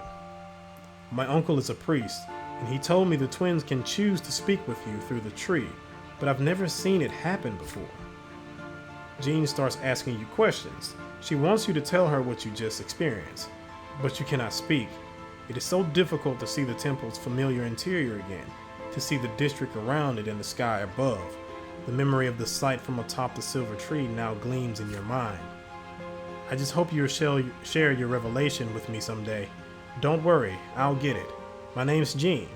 I'm an acolyte. I work in the temple. I help my uncle clean the grounds and cook food for the poor. And I also greet the worshippers. People come here all the time. Many are lost and they don't know where to go once they're inside. But nobody should feel lost in this place. The temple is for all the estates. But then you hear your theology teacher calling you. It is time for your class to return to the school. Before you leave, Jean suddenly takes your hand. You can't help but blush. Please listen to me. Few people ever see these things. The twins, they were speaking to you, and you heard them. It's a sign. You should become a priest. You'll be guiding those who cannot hear the twins. You'll be helping their souls find the way to the top of the pillar. It's the most honorable calling in the world. You say goodbye to the young acolyte, yet as you return to your ordinary life, Jean's words remain in your memory from that day forward. Okay, I'm now its searcher. Interesting.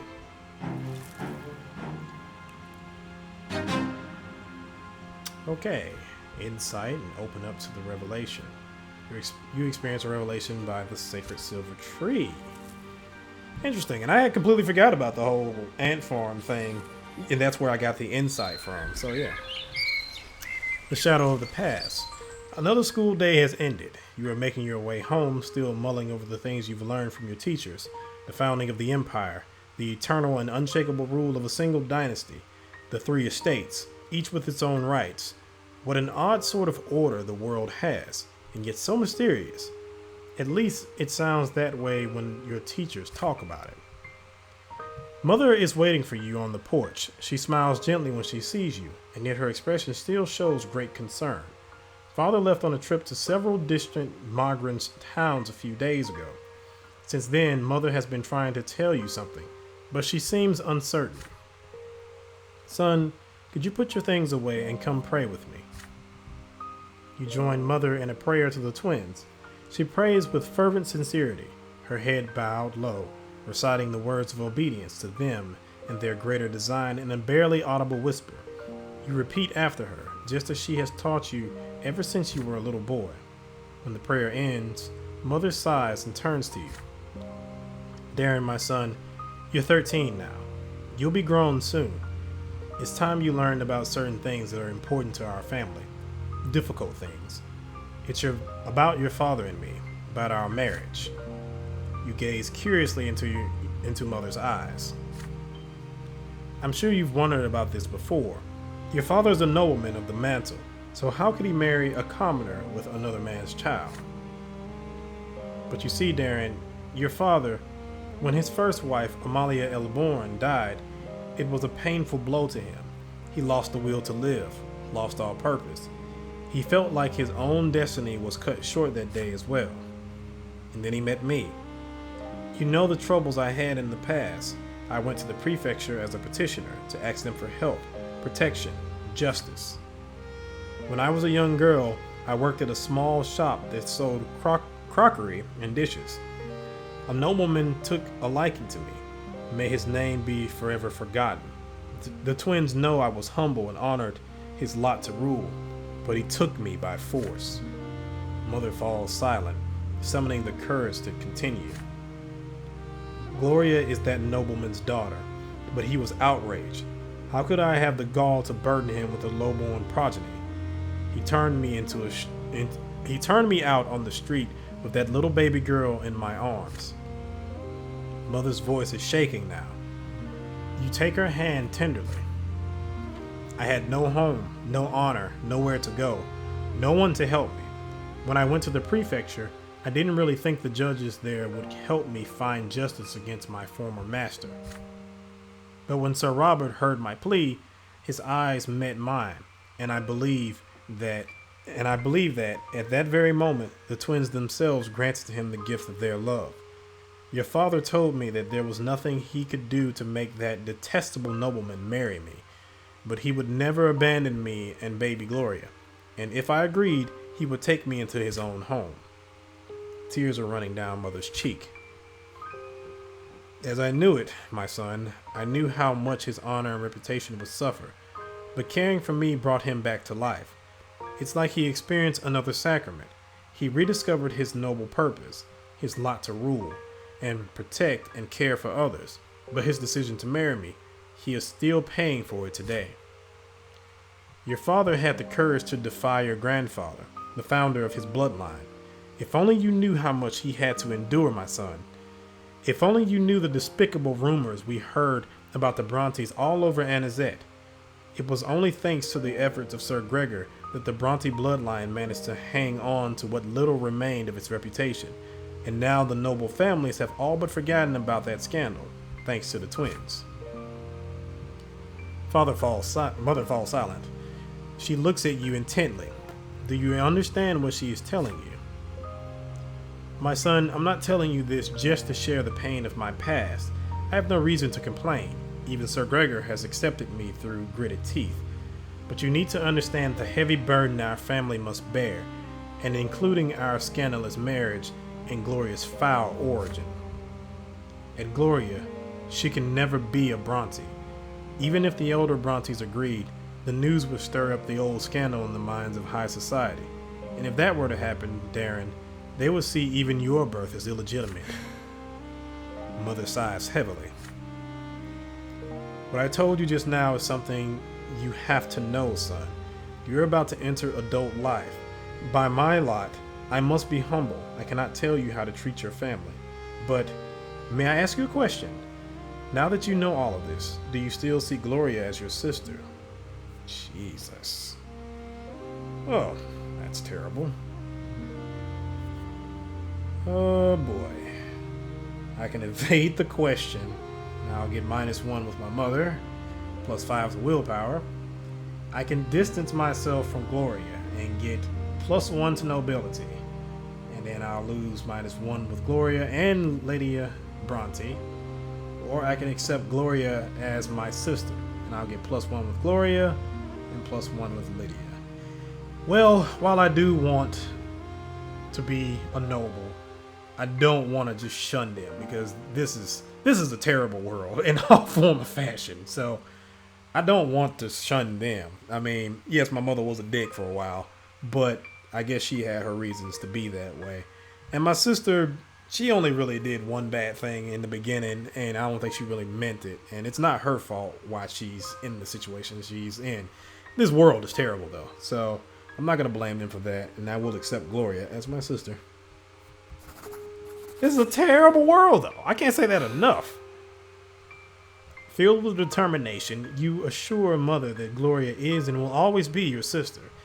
You want Gloria to be a Bronte, too. You want her to be part of your family. Who cares what the nobles of Anisette say? Mother beams with quiet joy when she hears this. Oh, Daeron, if only you knew how happy that would make me. To have our family united at last. However, the joy on her face quickly gives way to concern. But I already owe good Sir Robert a debt I can never repay. He's given my daughter so much, a home, an education, his care and advice. The Bronte bloodline could suffer so much from Gloria's existence. We should all just learn to accept her status as it is. Just then you hear Gloria carefully knock at the door of Mother's chamber. Mother, Daeron, I couldn't find you. You happily greet your sister. Yes, she is your sister. No old secrets can ever change that. Mother gives you and Gloria a kiss on the forehead and returns to her prayer. You and your sister walk downstairs together. Mother is alone by her bedside now, thanking the twins with a quiet prayer for the Bronte family they have given her. You hope they can hear her. And now Gloria has sympathy for you, and so does my mother. I was kind of content on burning this family down to the ground and just making my own path, but I'm beginning to show some type of love for them. So, you're 13 now, another theology lesson. Today's sermon is about the priests and why the clergy is the only one of the 3 estates with the right to interpret the lots and guide the other 2 estates accordingly. Thomas sits next to you, huffing and puffing as he fervently writes down the teacher's every word. But you've heard all this from Mother many times before, so you take this moment to daydream a little. Father promised to take you to the capital once your studies are complete. But the teacher suddenly casts a stern look around the lecture hall and raises his voice at one of your classmates. A boy by the name of Brian jumps out of his seat. The teacher asks him to repeat what he had just said. Brian freezes and seems to shrink. He tries to muster a reply, but nothing comes out. The class becomes agitated, and someone is about to be punished. The teacher now looms over Brian. The boy's cheeks are flushed, and his eyes are covered in tears. You all watch the teacher's iron-bound book as he raises it sharply, about to strike. Brian shrieks and raises a hand in front of him. A sudden flash. The teacher screams and buries his face in his arms. His hair is ablaze, and his skin is covered in horrible burns. It's magic. Real magic, just like in the books about the Magra Rebellion. The class freezes in shock. There's a dull thud as the iron-bound book falls to the floor. Brian's hysterical laughter rends the silence. He stands up from his bench, fire in his eyes, and sparks on his fingertips. There are screams now. Students run for the door. The teacher tries to extinguish his burning hair. Brian snaps his finger, and the books of Azateus on the desk turns into pillars of flames. He laughs and raises his arms, and the curtain catches fire. Jesus, okay, he's baby Colonel Mustang. The screams grow louder as the fire howls. Brian's face is tense and violent. His mouth is spewing flames, and his whole body is shaking with laughter. He steps towards the door. You and Thomas glance at each other. He's going to burn the whole school down. Your friend's determination makes you brave. You run behind Brian and knock him off his feet. You both tumble to the floor. Even through his clothes, his body sears your flesh. Brian screams, convulses, and grabs Thomas by the shoulders with his burning hands. Thomas howls but stays put, then knocks Brian senseless with several fierce blows to the head. There are servants fussing around the room now. They put out the fire and take away the teacher, his body covered in horrible burns. You and Thomas remain next to Brian, who is lying on the floor silent. Soon, 3 men in black cloaks enter the doors of the school, each bearing an edict sealed with silver, the Inquisition. You and Thomas are told to step away from the witch. They lock Brian's neck in a silver collar and take him away. One of the Inquisition remains behind to tell the students what happened. That was magic, he explains. The ungodly power that twists the minds of men into savage instruments of war. Only the sacred shackles of silver can hold it at bay. Only the power of the twins can save us all from its evil grasp. The next day, you are forbidden from ever mentioning Brian's name again. He's no more. Jesus, okay. So now there is magic around. The Nobleman's Lot. Today is a great day. Exactly 400 years ago, the twins blessed the newly found empire and anointed the Arcane Tempest dynasty to rule over it. This day, the Day of Anointment, is now celebrated every year. The school is closed for 2 weeks in honor of the holiday. On one of these evenings, Father tells everyone that Grandfather is going to bring Stephen back home for the holiday. Yay. They say families should celebrate the Day of Anointment together. You could benefit from your elder brother's company. With his noble education, Stephen might be able to teach you how noblemen are supposed to act. He's already displayed he doesn't know how to act. Soon, Stephen arrives. He now handles himself differently. When it comes to ordering servants around and ignoring Gloria, he is still Grandfather's double, but he is more grown up now and far less haughty to you. It is a dark winter evening. A damp, cold wind sweeps through the city from the barren lands of Magra. You and Stephen are sitting in the library. He is telling you all about Eterna, the capital of the Empire. It is full of so many wonders. The Imperial Palace, the enormous Temple of the Twins, the Military Academy, the Imperial College. You've read so much about these places, yet he has seen them firsthand. Nathan enters the library. He looks concerned. I can't find Gloria. I looked everywhere. She's not in the attic, not in the sitting room, not in the kitchen. I hear she wanted to sneak off to the ruins of Shar Malinidas' palace. She could be lost in there. You and Stephen exchange looks. Shar Malinidas, the rebellious duke. The ruins of his palace are a dangerous place. Some children claim his tainted magic still lingers there, which means you absolutely have to make your way there and back again to prove you are not afraid of the long-dead witch. Your brother tells you to wait. He leaves and soon returns with his sword in its sheath. Get ready, Daeron. We are going to rescue Gloria. She must have gone to the ruins in search of inspiration for another one of her little rhymes. The two of you instruct Nathan to tell your parents you've gone for a walk in the square. You and your elder brother head outside. You're confused by Stephen's actions. He refuses to treat Gloria like a human being, so why is he still so determined to rescue her? Stephen notices your expression. Are you wondering why I care about Gloria all of a sudden? I can't act in any other way, can I? The law of honor compels me to protect this family. Gloria will never be a Brante, but father still took her to our house. I must respect his seniority and defend Gloria like she is one of our own. You are a Brante too, noble or not, which means it is your duty to aid me. Can I stab you in the back while we're in there and just leave you to die? And just claim Gloria? The ruins of Shar Malenidas' palace span an entire district. The palace was abandoned centuries ago, and its remnants are overgrown with thick underbrush. The ruined palace is empty, nothing but cold wind blowing over crumbling brickwork. Even the worst scum of the land steer clear of this place. You make your way through the ruins until you spot scattered sheets of paper covered in writing. Your sister's writing. You hear loud laughter coming from behind a dilapidated stone wall nearby. You pull yourself up to peer over it. Gloria is lying on the ground face down, twitching and sobbing. A gaggle of drunk young thugs surround her, cackling and swinging their arms about. You hear their shouts. Look at that lass, sitting here rhyming words together. She thinks she's all noble. But don't you worry, you low-born tart. We're going to teach you your place. One of the louts spits at Gloria as she lies there. Get away from her this instant, you bastards, or I'll spill your guts. They respond with mocking laughter. Stephen draws his sword. The street thugs recoil in fear, but they soon notice that he is only one-armed man against many. They start reaching out for sticks and stones. Stay by my side. Don't let them flank me. Stephen's hand shakes, but he looks ready for battle. He's outnumbered. For a moment, you hesitate. Perhaps it might be better to run for the nearby district and call for guards.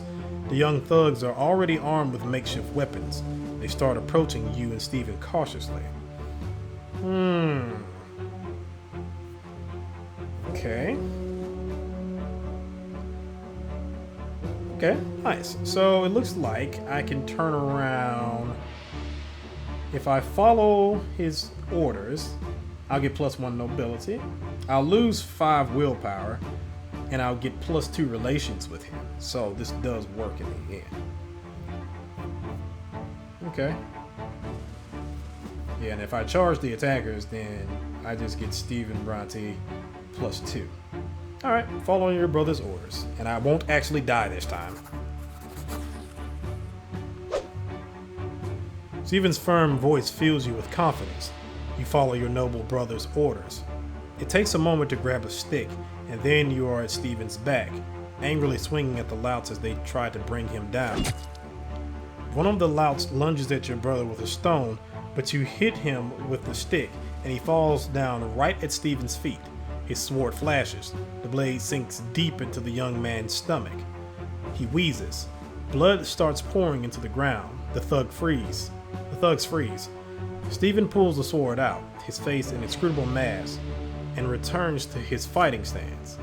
You are stunned to see Stephen take another man's life so easily and effortlessly, like picking his own teeth. The thugs look like they're about to flee. There is rage and confusion on their faces. They never expected the young nobleman to use that sword. Stephen just scoffs at them. Lowborn scum, that's all you are. This is the only language you understand. Good job, brother. Gloria, get up. We're going home. He turns to glance at your sister, giving the enraged thugs just enough time to rush you. You get separated from Stephen. Your back is against the wall now. They hit you hard in the stomach, then the face, then the side of the head. Then your mind slips away. When the darkness disperses, you find yourself lying in your bed. Stephen is in the armchair next to you reading a book.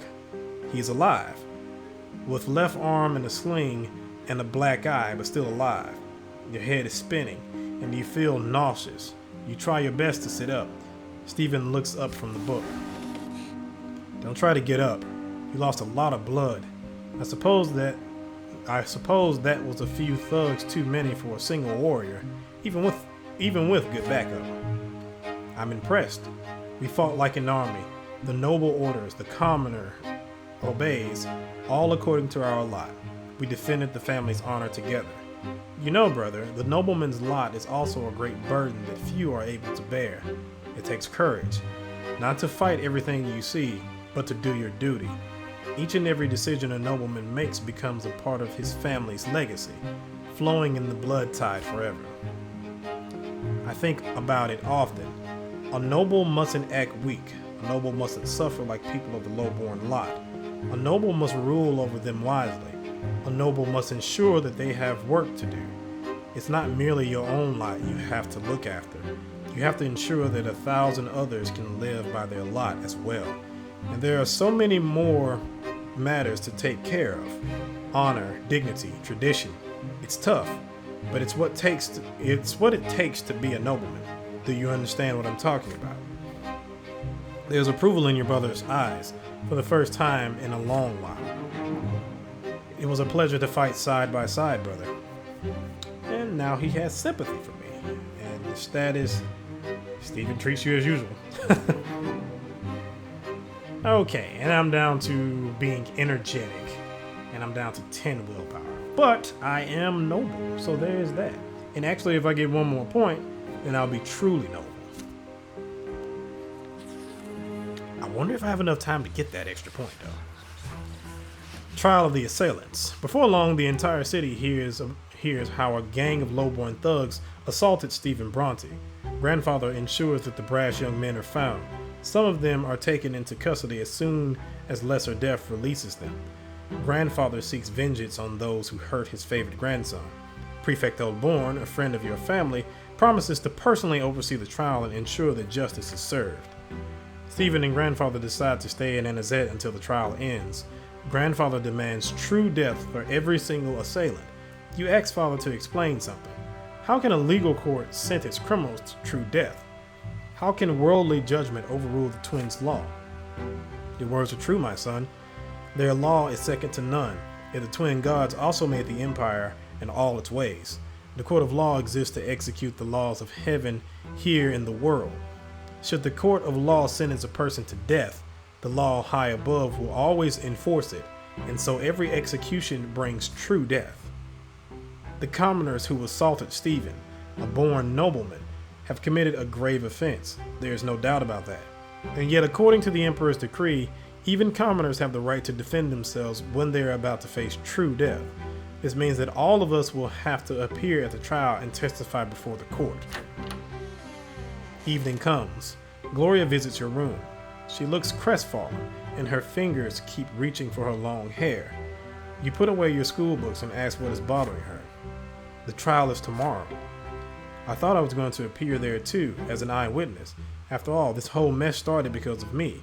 But Sir Robert isn't even going to mention that I was there. Can you imagine? He says it would ruin the case. Why am I always in the way? Nobody ever mentions me. Nobody has to listen to me. It's like I don't even exist. And I thought Stephen standing up for me finally meant something. Maybe I will become part of the family. But no, everything is back to usual now. Gloria tries her best to hold back the tears. You do your best to comfort her. Father just needs to keep the family out of trouble. If Sir Robert believes that I only bring trouble, why did he took me into the house at all? Gloria runs away. You return to your books, but you can't help but get lost in thought. What if they told the court you weren't there either? How would you feel then? There's a knock at the door. It is Father. He closes the door behind him and sits next to you. There's an exhausted look about him. Son, you will be testifying before the court tomorrow. Please remember what I am about to tell you. Gloria wasn't at the ruins at all. You went there with your brother to inspect the historic site. The lowborn men insulted Stephen first and then attacked him. Stephen had managed to deal with the assailants on his own by the time the guards intervened. Gloria would cast suspicion upon the case. If we mention her very existence to the court, the reputation of the family will suffer. Your grandfather will never forgive me if that happens. Do not let me down. We are all counting on you.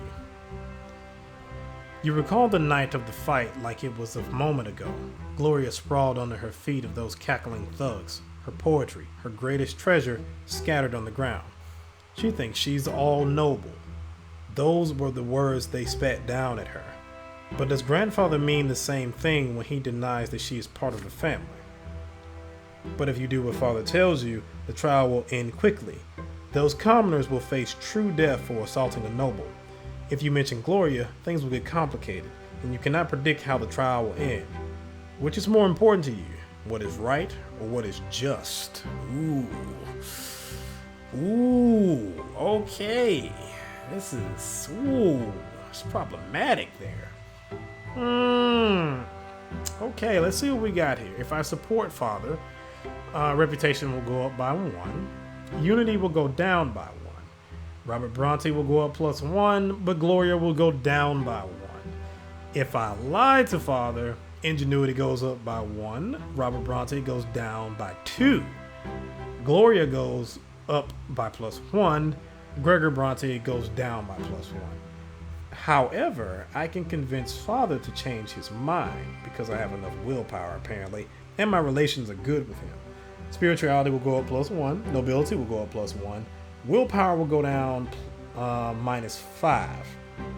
And Gregor Bronte will go down -1 too. But unity will go up by 1 also. However, our reputation goes down by 1. So, interesting, very, very interesting. And I think I will turn around and convince father to turn around and go ahead and defend Gloria as well. Yeah, unity will go up to 5. We still have disagreements. We'll still be in the disagreement side, but yeah. And our reputation will be going back to tarnished honor. So yeah. There's gonna be problems, but I think in the end this will be better for us overall.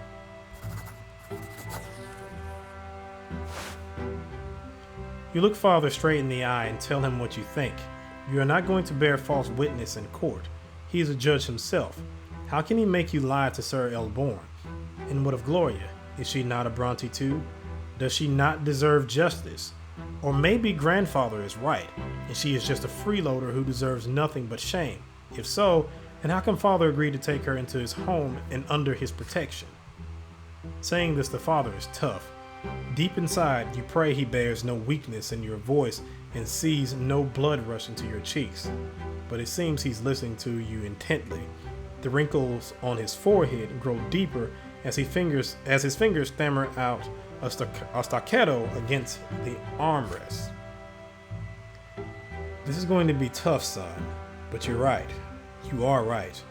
I took Gloria into my home, and so I must protect her like my own daughter. This was my decision, and I must stand by it. I will speak with Stephen in the morning. Now I pray your grandfather never hears of my change of heart. The day comes. The trial takes place in the lesser hall of the city prefecture. Sir Elborn himself presides as the judge. You are the first to testify to the court. You tell the court the truth about the night, how the thugs humiliated Gloria, how Stephen and you came to help her, and how Stephen defended his half-sister. Out of the corner of your eye, you watch grandfather's face grow red, yet he remains silent. There are confused whispers in the hall. The commoners on trial cry out, "It's the truth." Gloria was reciting poetry, and they simply told her she was defying her lot. The situation has changed. By this account, Stephen was not acting in defense of himself or another. He merely assaulted them first in order to retaliate against those who had insulted his half-sister. You spread your feet to stand firm and inhale before you speak next. You ask the hall, is it not a nobleman's duty to honor his family name? Gloria does not have the Bronte name, but your father took her into his home. Therefore, it was Stephen's duty to protect her, and as he would have protected any of you. Contemptuous chuckles rushed through the courtroom. You've just reminded the city of Father's shameful second marriage. Stephen is to testify next. He reluctantly confirms your testimony, glancing at father and grandfather all the while. His arm in the sling is his main argument. Stephen wanted the commoners to stop insulting Gloria, yet in the end, the commoners were the first to assault him. After a short recess, Sir Elborn returns and rises to deliver his sentence. The court of Adolescent finds you guilty of assaulting Stephen L. Brante, a nobleman who stood in defense of the honor of Gloria, a member of his household. All 4 defendants are sentenced to the final death by hanging. There is no wind, but you feel a gust sweep through the hall. The defendants turn pale. Their mothers are bawling and crying. Everybody in the court feels the dreadful power of the law, and it is stern and just. That very power has been evoked by this sentence, and by that very sentence, the lives of 4 young men are literally forfeit for all eternity. The gallows await. Stephen stands in the front row. Father stands next to him. The wood creaks. The trapdoors are open under the young men's feet. They dangle in the air, wheezing and reaching out for support with their feet in their final moments. Grandfather's silence ends at home. He screams at you and father, at Stephen and Gloria. This trial is a disgrace. His screams are punctuated by the thudding of his walking stick against the floor. Father says they had to defend their family. It would have truly been a disgrace if they had shirked their responsibilities. Stephen excuses himself to bandage his arm in order to stay out of the argument. Gloria is quiet, but glowing. You stay quiet too. It's all over now. It's all over now. Nobody bullies Gloria on the streets anymore. Those 4 commoners are dead forever. Their families were taught a cruel lesson. So will it be with anyone who dares to raise his hand against a nobleman. Okay. Alright, unity is going up a little bit. We are now back to being a tarnished house. And I am truly noble. I am a searcher now, spiritually. If I get 1 more point, I'll be soulful. And I am ready for action. So I can't afford to get any more willpower punches. But yeah.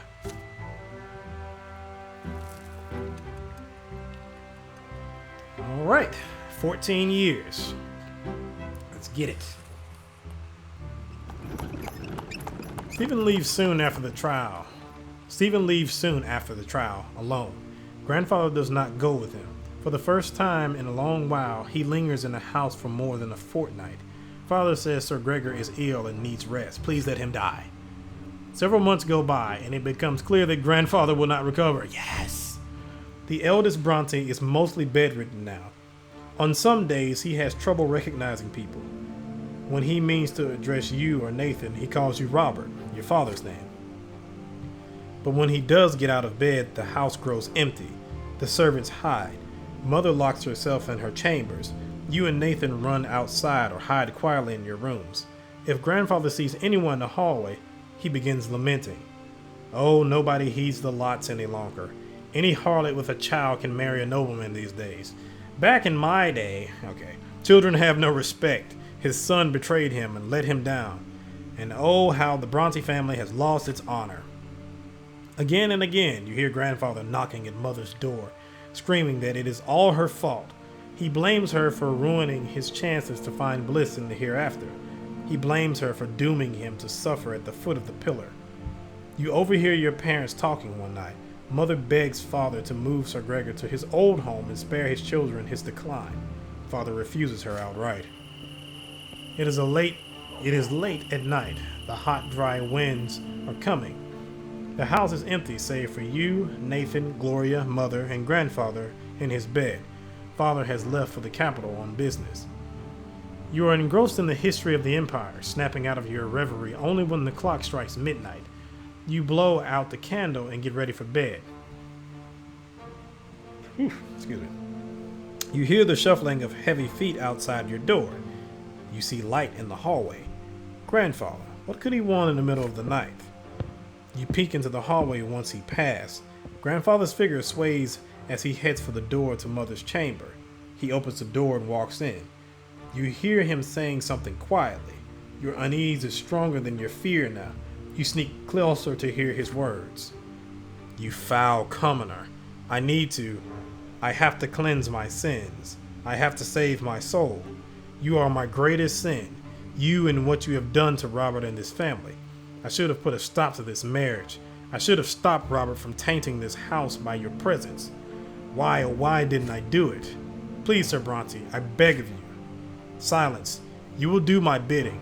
Fire will cleanse all low-born filth from this place. Fire and flame will free Robert from this disgrace. This is for my son's sake. For my son's sake. For my sake. Oh boy.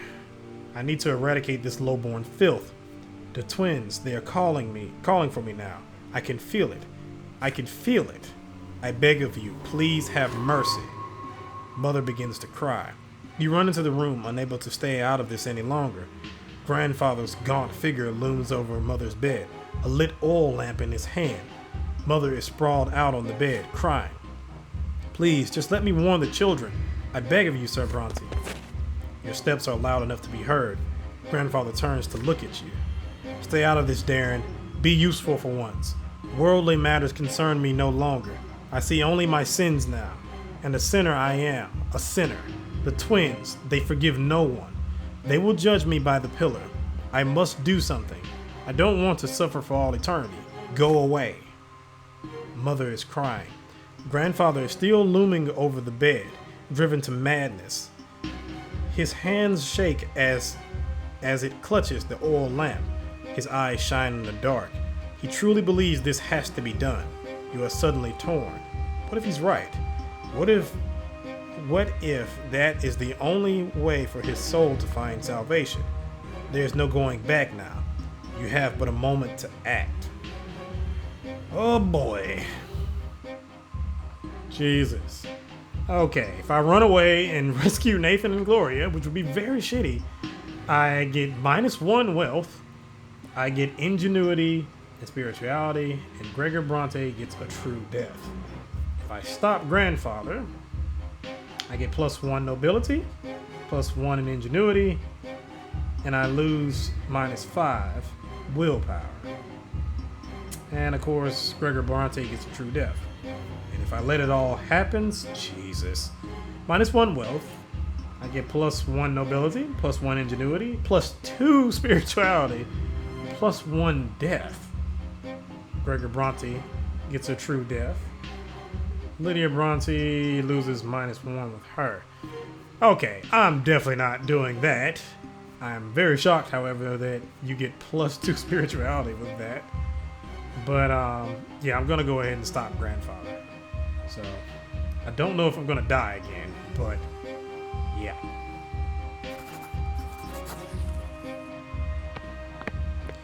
You look at Grandfather defiantly and step towards him. He stares you down with rage and throws the oil lamp at the floor.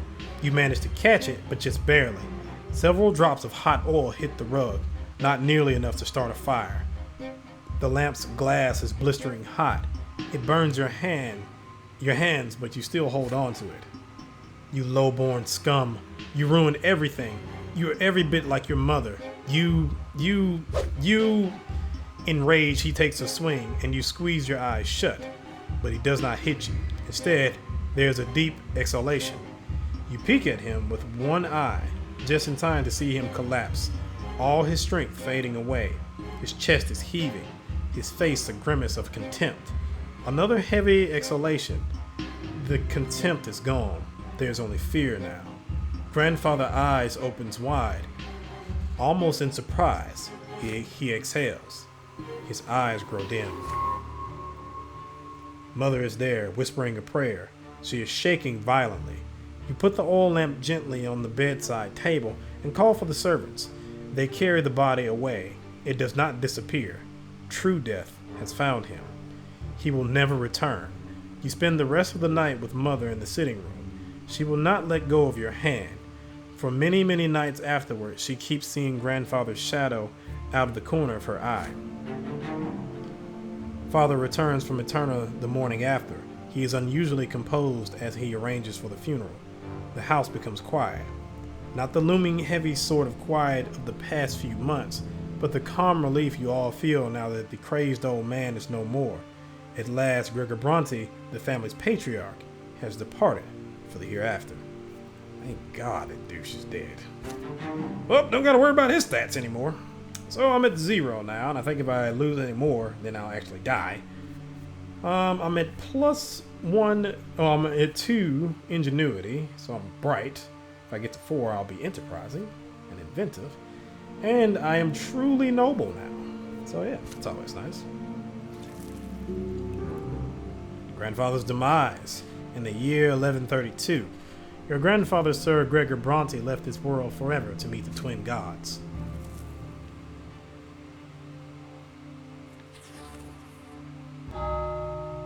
Last respects. The night of grandfather's death shook your family to the core. Yet no matter how it happened, your grandfather, Gregor Brante, is dead and will never return. He was a fearful shadow looming over the rest of the family, the Brante patriarch exerting his influence on all the lives below him, and all of you will remember him forever. Father is the new patriarch of the family now, yet he still cannot bring himself to sit at the head of the table where Sir Gregor used to preside. Stephen locks himself away in grandfather's bedroom every day. He will not talk to anyone. Gloria and Nathan still jump at every sound that so much as resembles the knocking of his walking stick. Mother spends all day in prayer at the temple. And yet the house has become calm and quiet with his passing.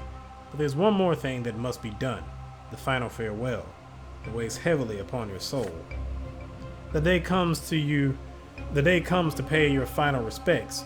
Father goes to the tomb alone save for Stephen, Nathan, and you. Mother and Gloria stay at home. Only nobles or those who may become nobles may join this ritual. There is a solemn silence as you walk to the crypt. Father is the one who breaks this silence when you finally reach the door of the family crypt.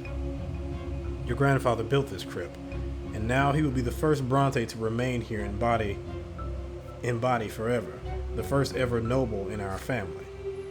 It is our duty now to hold to the sacrament. It is our duty now hold to the sacrament of the flowing blood for Sir Gregor. We will honor his legacy and join him as the founder of the noble Brante dynasty. Stephen perks up at Father's words. His hands still clutch grandfather's sword. Tradition decrees that it must remain in the niche above the owner's sarcophagus. Nathan, on the other hand, looks even more frightened now. Stairs carved of white stone lead you downward. Deep in the gloom of the crypt, atop a pedestal, you see the sarcophagus that holds grandfather's body. Father takes a moment to compose himself before paying his final respects. Gregor Brante, my father, brought our family into nobility through his unshakable will. He was a judge and a loyal servant to the empire. He lived his life as if he had been born a noble, and he never strayed from the path he had chosen. He sought to make the Brante family ennobled by the sword so that our children's children might be of noble birth. The twins know I abided by my father's words all my life, even if I could not obey him every time. Father lets out a bitter chuckle as he says this. Stephen glares at Father, then turns to glare at Nathan and you. After all, the two of you were born of Father's shameful decision to marry a commoner. All of you remember his disastrous passing. He did not die the true death he deserved. Yet we all must know that he fought for the future he believed in, to the very end. He would be proud to see his family bid him farewell with the sacrament of the nobility. Stephen still glares at Father sullenly. His fingers remain clutched around grandfather's sword. Nathan barely pays attention to the words. He looks around with unease, his arms folded across his chest. Father reaches into his jacket and pulls out a slender dagger, thin and sharp. He takes off his glove. Watch me carefully, my sons. Make a small cut on the palm of your hand and let your blood flow into this duct on the wall of the crypt. It will join your grandfather's blood here and flow forever. then ancestors and progeny will become as one. We shall enter our family's blood tide and receive grandfather's final blessing, for his blood flows first in our blood tide. He will respond to you. You are part of him, and he is part of you. With a quick motion, Father slices his hand and holds the bleeding cut above a small opening in the wall. Then he hands the dagger to Stephen. Stephen cuts his hand without hesitation and does as Father did. You receive the dagger next. The dagger handle feels warm. You hesitate for a moment as you look at the palm of your hand. If you participate in this ritual, you will enter the Brante blood tide. You, a lowborn child, a child who is still a commoner. Are you ready to claim your legacy as a descendant of the nobleman Gregor Brante? The eyes of your father and brother are upon you. Nathan, the youngest brother, will follow your example. You can be certain of this. So if I had good relations with Gregor Brante, I could have the destiny of a blood tide. If I bleed, or I can bleed because I have the nobleman's sacrament. Or I can give the dagger back. Interesting. Okay. But I'll bleed. I don't have the choice of asking for grandfather's blessing. I'm guessing that's going to impact me later on.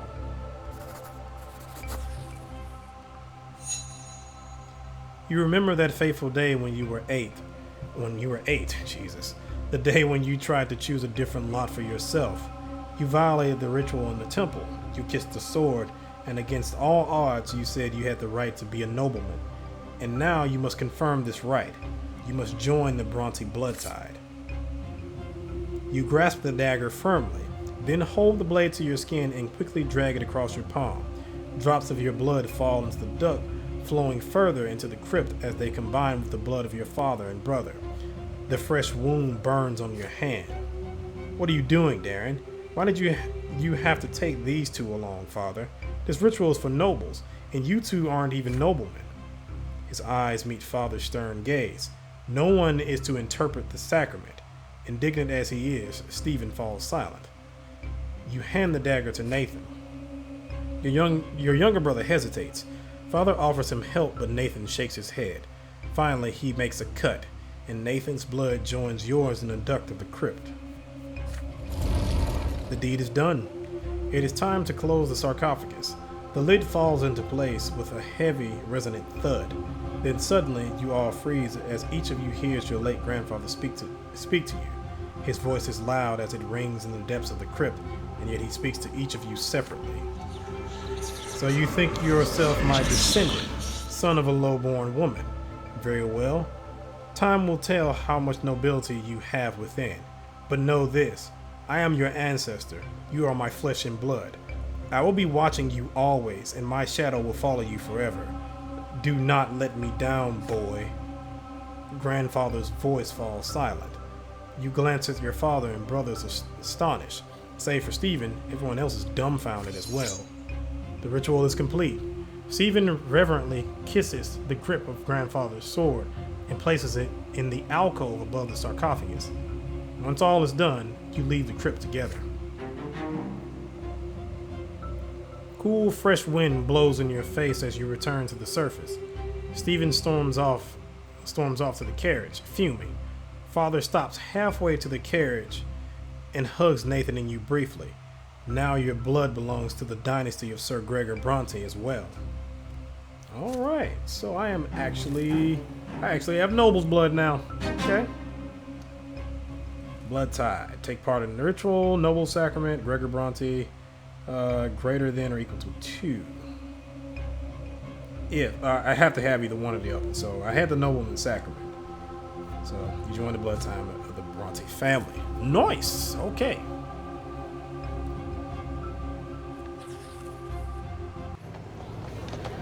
The fugitive girl. Grandfather's passing and last respects have left a mark on the entire family. His words relayed from the hereafter keep echoing in your mind. You still do your best to avoid the memory of grandfather's last night and spend more time on the city streets with Thomas and your other classmates. The road by the house reminds you of another clash with death.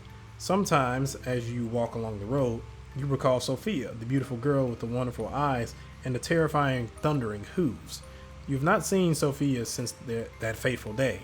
The children who live nearby say her parents sent her to a rich Arcane family, the Audens, as a servant. The sun has set. The pillar shines palely in the dark sky. Thomas is ill, so you decide to visit him and tell him the latest news. The street seems oddly agitated tonight, full of horses, cloaked men, strange faces, and hushed voices. A young nobleman in a heavy embroidered cloak is walking back and forth, clutching at his sword nervously. There's a grimace of rage on his delicate blue face. He's an Arcane. You overhear voices.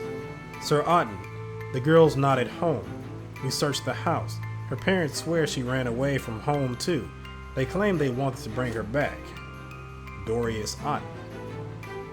Just do whatever it takes. Turn this loathsome district upside down if you must, but bring my servant back to me. She's here. Sophia? Ran away from an Arcane? How can this be? There's only one place on the entire street where a person could hide. The abandoned Morrow House, 4 houses away from yours. You head there, doing your best not to attract attention. The lopsided house built of yellow brick has been abandoned for 20 years or so. You remember playing there as a boy. You glimpse a figure inside even before you enter. A pair of eyes glimmer in the dark. You would recognize them even after another 4 years. Sophia has grown up. She's almost an adult now, and her face is full of fear. She is not the easygoing girl next door that you remember. She finally recognizes you. Oh, it's you, Daeron. Be quiet. They're all looking for me. I ran away from the youngest Auden. I might be in for a lesser death here, but I'd rather die than spend another day in their slavery.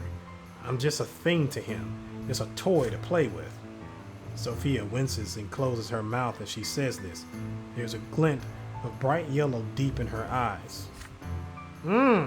So you have magic. I ran to my parents. I told them all about the men I had to serve, and they went and alerted the Audens. They don't want to be the target of their ire, but you aren't going to tip them off, are you? Ooh, I don't know about that, Sophia. Granted, I did save you. The barking and shouting are getting closer. Sophia's voice grows quiet. She runs off to the darkest corner of the house before you can answer. One of Auden's servants is so close you can hear his cloak swishing against the ground. He notices something and calls for the others. There are more voices around you now. They approach the house from the yard and surround it. One of them seems particularly snappy, annoyed, and impatient. You've already heard this voice today. If you're in there, girl, you'd be wise to come out and quit wasting my time. All will be forgiven and you will go back where you were. You know it. And if you don't, I'll drag you out by the hair. The hilt of the young Arcane sword bashes at the door. Oh boy, I can't really do much here.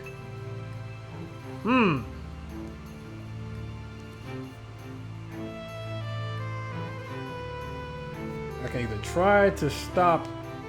Yeah, I can either try to stop Auden, or I can hide alone. Ooh, Sophia will be angry. That won't be good.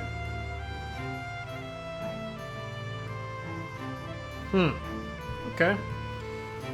Sophia hugs the wall in the dark, trying to stay still. She glances at you. What will you do?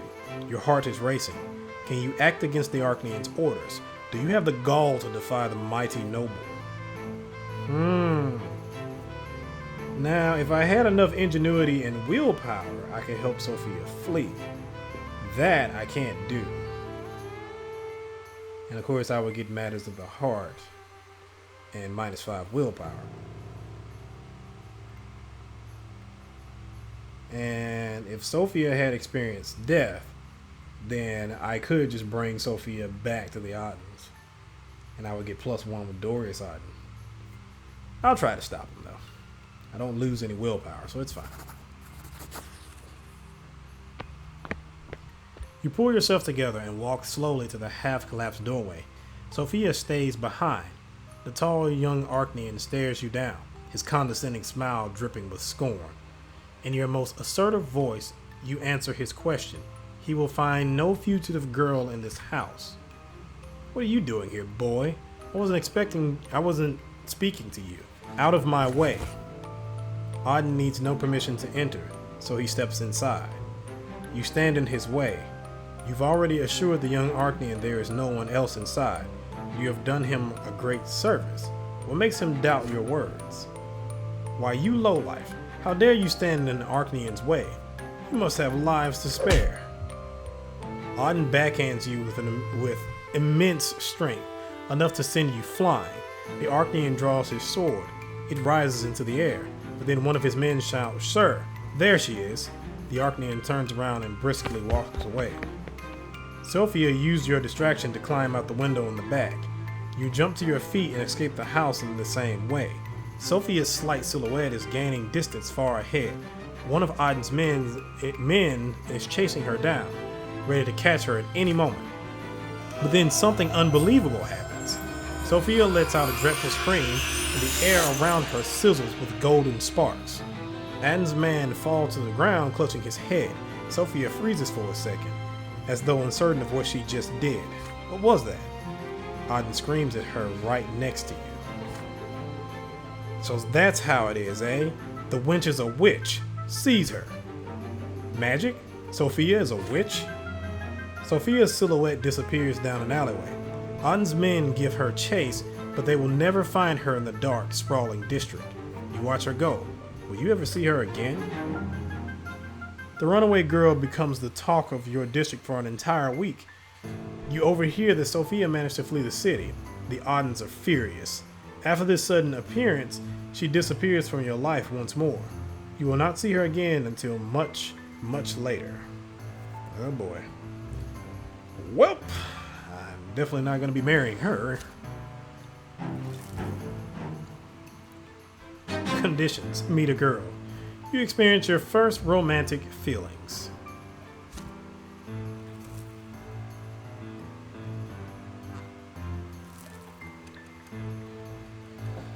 Alright, I am 15 years old now.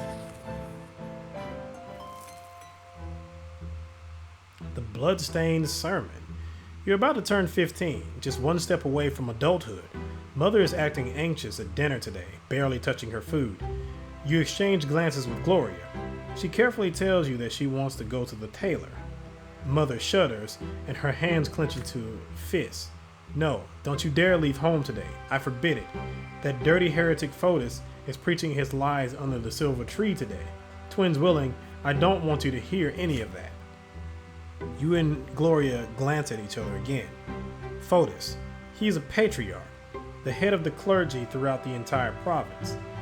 That is the first time you've heard Mother speak like this about a priest, especially such a high-ranking one.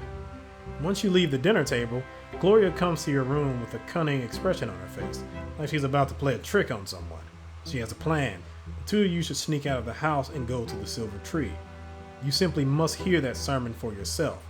What's so bad about Patriarch Fotis? Why does Mother hate him so much? You two are grown-ups now. Surely you have the right to know. You agree with your sister. Together you sneak out from under your mother's watchful eye and hurry to the silver tree.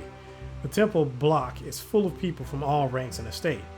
There is barely enough room for you to squeeze through the crowd, the horde that has gathered around the very root of the tree. Gloria suggests that you climb up to the roof of a nearby building so you can hear and see everything better. And not a moment too soon. From the roof, you see a tall, silver-haired priest step into the platform by the tree. Dressed in the common black robe that looks far beneath his rank, yet he stands like a noble before the crowd. Behind his back is a banner flapping in the wind, the open book. This is the symbol of the new faith. The crowd whispers. He holds his hands up to the sky, and the entire temple block grows quiet. The patriarch begins his sermon, his vibrant voice rolling across the square. Fotis speaks of a great miracle. We entrusted ourselves to the lots as the only way to fulfill divine providence in this world. But for all these years, the will of the twins has been interpreted for us by a single man, Prophet Aceteus. The twins are ever watching from atop the shining pillar. Of this we have no doubt, but how can we so blindly believe that we truly follow their will by following the lots? Have we not seen the 3 lots of Asataeus fail again and again to answer the questions of how we ought to live our lives? Have we not seen people change their lot in life again and again without being smitten by the divine wrath? Every person born, whether human or Arcane, low-born or noble, must find their lot and their way to the gods on their own. From now on, we will seek the gods in the accounts of their own lives, in their own acts in this world, and in their own words as they echo within us. And as we heed the voice of the twins within, we will each find their path for us on our own. The crowd at the Silver Tree listens to the patriarch's speech in stunned silence. You glance at your sister. Her eyes glisten with tears as she hears Photis' words. Then suddenly, a hoarse cry rises from the crowd. If there are no lots, does that mean the nobles are going to till the fields, and the commoners are going to bear arms? The crowd begins to murmur. The patriarch raises an arm and inhales, ready to answer. An odd figure leaps from the crowd and onto the platform. A dirty beggar dressed in rags. A knife flashes in his hand. The blade slices. Blood starts spurting from Photis' throat. He slumps over and collapses. A dark brown puddle spread across the platform where he stood. Gloria clutches her mouth to suppress a shriek. A few moments of stunned silence, and then the screams begin. The people are frantic. The temple guards try to restore order in the crowd, but to no avail. An old woman dressed in an inquisitor's cassock tries in vain to apply pressure to the patriarch's wound. The nobles draw their swords. Dogs are barking. The crowd is pushing and shoving. Children are crying. The entire square by the tree is in chaos. From the roof, you see the moment when people start trampling each other, howling, praying, shouting. Gloria tugs on your sleeve. Time to go. You climb down from the roof and run. You return home without exchanging a word. Mother has been in her room all the while, so no one noticed your absence. Gloria locks herself in her room. You do not discuss the things you've just seen. They're too frightening. But your parents discuss every little detail of the bloodstained sermon over dinner. This is unbelievable. A patriarch murdered in plain sight. The Demise and the Archduke's guard have searched every corner of the slums, and the murderous beggar has disappeared without a trace. Gee, I wonder why. I can't even imagine a more gruesome crime. Photis has died a true death, never to return from the hereafter. But how? Why can't the patriarch be reborn? He's so close to the twins. Such is the way of the world, my children. Once you are granted great power by the twins' will, there's no hope for you to come back, not even after the first of your deaths. Emperors, their powerful vassals, heads of the great Arcane dynasties, patriarchs of the church, none of them are destined to be reborn. Photis is gone forever. I fear for his soul. It was lost in doubt. Will the twins accept him upon the peak of the pillar? We must pray for the patriarch, children. Let us hope he managed to return to the true old faith before the moment of his passing. But there is little hope for that. Jesus. Okay, so there's a church stat. Okay. Represents the prevailing religious school in the province of Magra. Determines the doctrines, rites, and traditions practiced by the majority of the population. Huh. Let's see. -5. Fall of the New Faith. It said -3 right now, so it's at Old Faith. If it's at -2, there's Schism. If it's 3 or 4, it's New Faith. And then if it's at 5, it's Fall of the Old Faith. Interesting. Very, very interesting. And order is at -1 now. Well, okay, excuse me. Order is at 6. So there's discontent. Okay. Last night. Tomorrow you turn 16. According to Imperial law, you will be a full adult. Your time at Sir Tibur's school has ended. You've studied enough to apply for the Imperial College and learn the judge's trade there. You are to travel to Eterna tomorrow. Your friend Thomas will go there with you to try his luck in the Imperial capital. Mother and father prepare you for the long journey. Nice. Remember, son, there's only one goal for you. You must become a student at the Imperial College.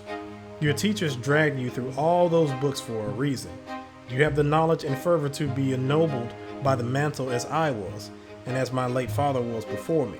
And who knows, maybe one day you will be the one to write the name of Brante in the Blue Book and ensure that your children's children will be noble by birth. Then Mother speaks to you carefully. There's worry in her eyes. But Robert, there may be another path for our son. Stephen, your firstborn, was born a noble. He will surely earn the title for the entire Brante family. Your second son bears the favor of the twins. For him, the path of the priest is a worthy calling, no less than a nobleman's sword. They have been arguing about your future for a while now. Still, she would never defy the will of a nobleman and her husband. You smile at them both, trying to placate them. Gloria laughs quietly behind their backs. Just don't become a snoot like Stephen, and you'll do just fine. Mother chides Gloria for that. You wink at your sister. Nathan has been downcast all evening. He barely touched his dinner. When everyone gets up from the table, he suddenly rushes over to embrace you. Please don't go, Daeron. Can't you stay? I don't know what I'm going to do without you. You tussle his hair in response. There's no way you can stay now, you say. But when you come home, you will come home. But when you come home, and you will come home, you'll tell him all the stories and bring him a special present from Eterna. This is it. All your lessons have been learned. All your things have been packed for the road. You will leave the family home tomorrow. Tonight is your last night at home before your departure. You walk through the rooms one last time. The sitting room, where Mother used to read you fairy tales. The library, where Gloria used to spend all her time. Father's study, which you entered only on special occasions. The backyard, where you taught Nathan to build towers one summer. The whole place feels so familiar, so dear to you. It feels like home. You lived here for 16 years. Will you ever return? It's getting late. Everyone is already in their rooms, but you hesitate. Father, Mother, Gloria, Nathan. It will be a long time before you see them again. Who will you spend your last few hours with? So I can either spend it with Nathan, or I can spend it with my father. And I'll get +2 nobility. I'm already a true noble, so I don't necessarily know if I need that. One of the following must be true. Either that or have gratitude. Can't spend time with my mother or Gloria. I kind of want to spend it with Nathan because then that'll bump my willpower up. Because I don't really need the nobility bump. At the same time, I guess if I actually use it, I won't ever have to worry about nobility again, I think. So I don't think it can go higher than 10. Or maybe it can, I'm not sure.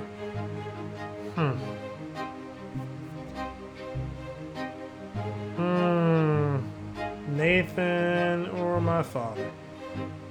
Well, I guess I could just double down on my father too, so I'll double down on it. You find father in his study reading a book. He has been like this for as long as you can remember, always at his massive desk, surrounded by books and papers and letters, reading or writing. You enter the study. Father looks up from his book and gives you an inquisitive glance. You want to spend the night with him before you leave. Maybe he can tell you some stories about Eterna and his own studies, or give you some fatherly advice. Father smirks at that, as though he is plotting something. Have a seat, son. He reaches into a drawer and produces a decanter filled with rich golden liquid. Barley whiskey, a nobleman's drink. I think it would be good for you to try it. Father pulls out 2 glasses and pours a little of the liquid into each of them. You take your glass and bring it to your mouth. The whiskey stings your lips and palate. Father clearly savors the drink. Father tells you a long story about his studies at the Imperial College. He had to study among the sons of the richest nobles from all corners of the land. He was but a commoner back then, and he had his fair share of hardships. When you ask him about living in the capital, he says it was difficult, dangerous, and full of temptation. You will have your share of time in high society as well. I hope the company of the nobles won't lead you astray, son. You didn't go to a boarding school like your elder brother, but I believe a good education and a good family still stand for something. Now, what else can I tell you before you leave? Father recalls the balls held in the capital when he was a youth. He even stands up from the desk and shows you a couple of moves. Their dancing was incredibly modest. All bows and sidesteps, no touching between the dance partners. But then again, he chuckles. Those were the days when a fair lady could steal your heart with a single glance. You nod. If anything, you know that feeling by now. After he mentions dancing, he starts speaking of something he has never mentioned to you before. Stephen's late mother and his first wife, Amalia Elborn. You listen to his every word, surprised by this show of trust. Oh, Amalia Elborn was the noble bird of prey of Anointment, and the ballrooms were her hunting ground. Everyone thought they could tame her. Your grandfather saw her just once, and then he was off to Baron Elborn to negotiate the marriage. I was impressed by her. I was so proud of myself. And yet, I expected Amalia to be reborn after childbirth, but it did not happen. And when I recall it now after so many years, I see that the gods arranged it this way.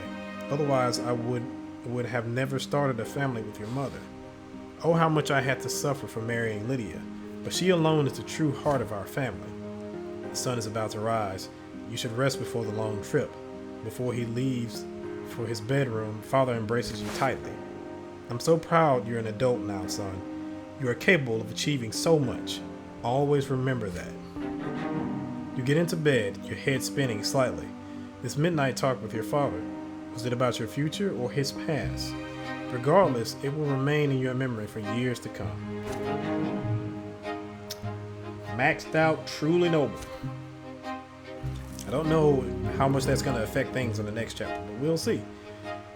Alright, in the year 1133, you leave the family home for a long time. Your future awaits you in Eterna, the capital of the empire.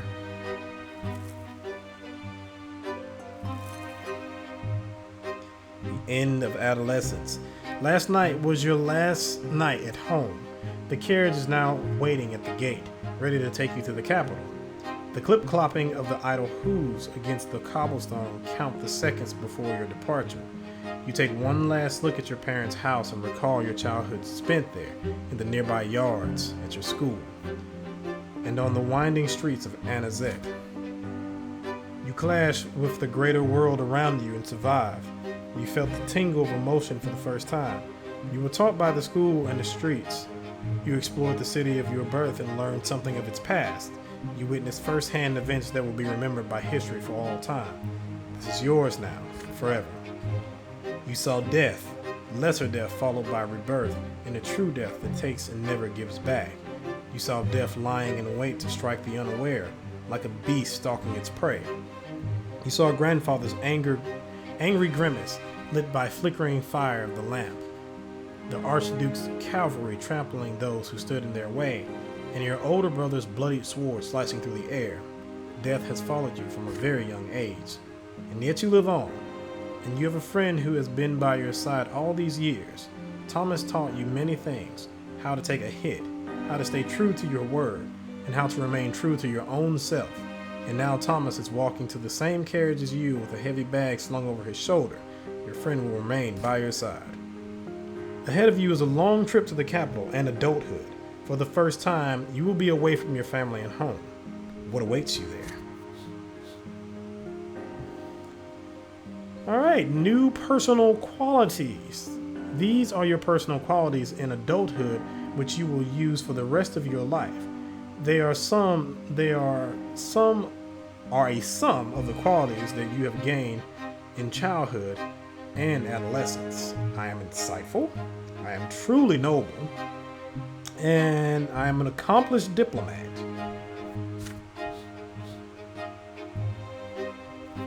and also I'm canny.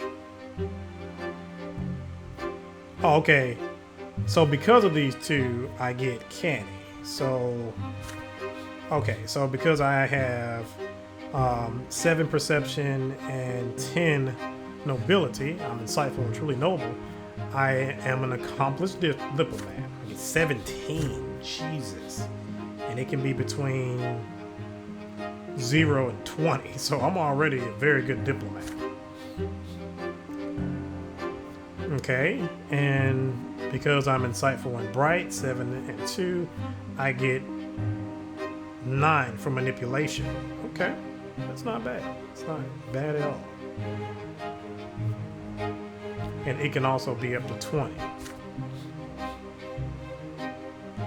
And because my perception is 7 and spirituality is 3, I get theology of 10, which means I'm a follower. Okay, and theology. Okay.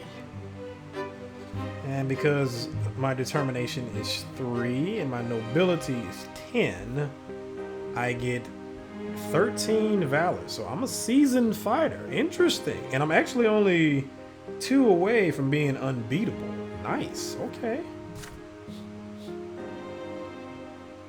Okay, I'm not very good when it comes to scheming. I'm inexperienced, but I'm not that far away. If I get 2 more, I can be a mole.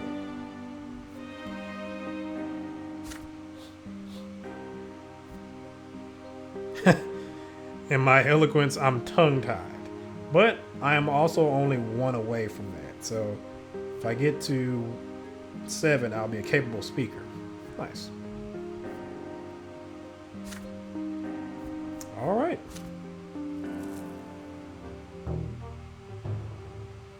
And that is the history of everything that happened in my adolescence.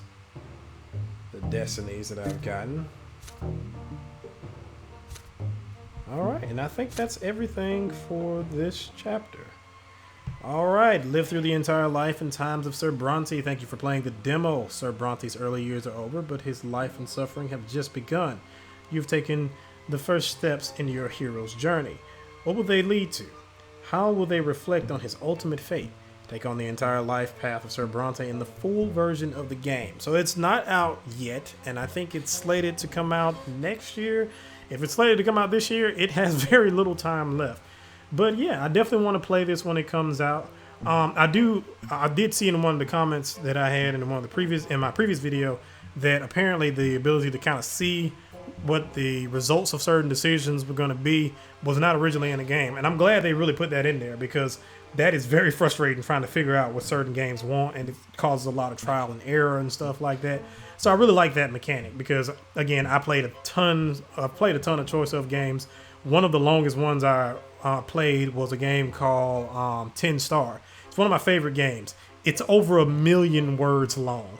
So there's a lot of trial and error in the game. I've played it a dozen times or whatever, and I kind of know how certain things will pan out. And I still haven't got all the achievements in it. But that trial and error aspect can be very frustrating in games like that. So, and I've also played, Life of the Samurai, which also has a lot of dialogue in it, a lot of choices in it. And it can be really hard to keep up with certain things unless you have a strategy guide and you follow it specifically to see how certain things is gonna pan out. But I really do like this. I do, and I'm glad that in the next chapter there'll be less stats. It's been condensed, so that way you won't have to focus on so much. So yeah, I'm really liking this so far. I hope also in the final game that there's like a option for like a cheat menu or something like that you can put in. I know there's been a couple games that have added certain things like that where you can kind of just be OP as hell and you can do whatever you want and stuff like that and choose whatever path you want.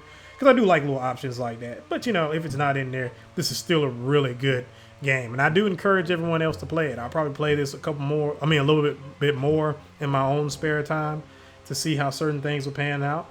And if you want to see it on the channel, let me know in the comment section. I will definitely play it when it comes out in full. So if you like the video, like the video. If you want to see more content like this, please subscribe. I have videos in my library and that you can watch in the meantime, and I will have plenty of more things to come out soon.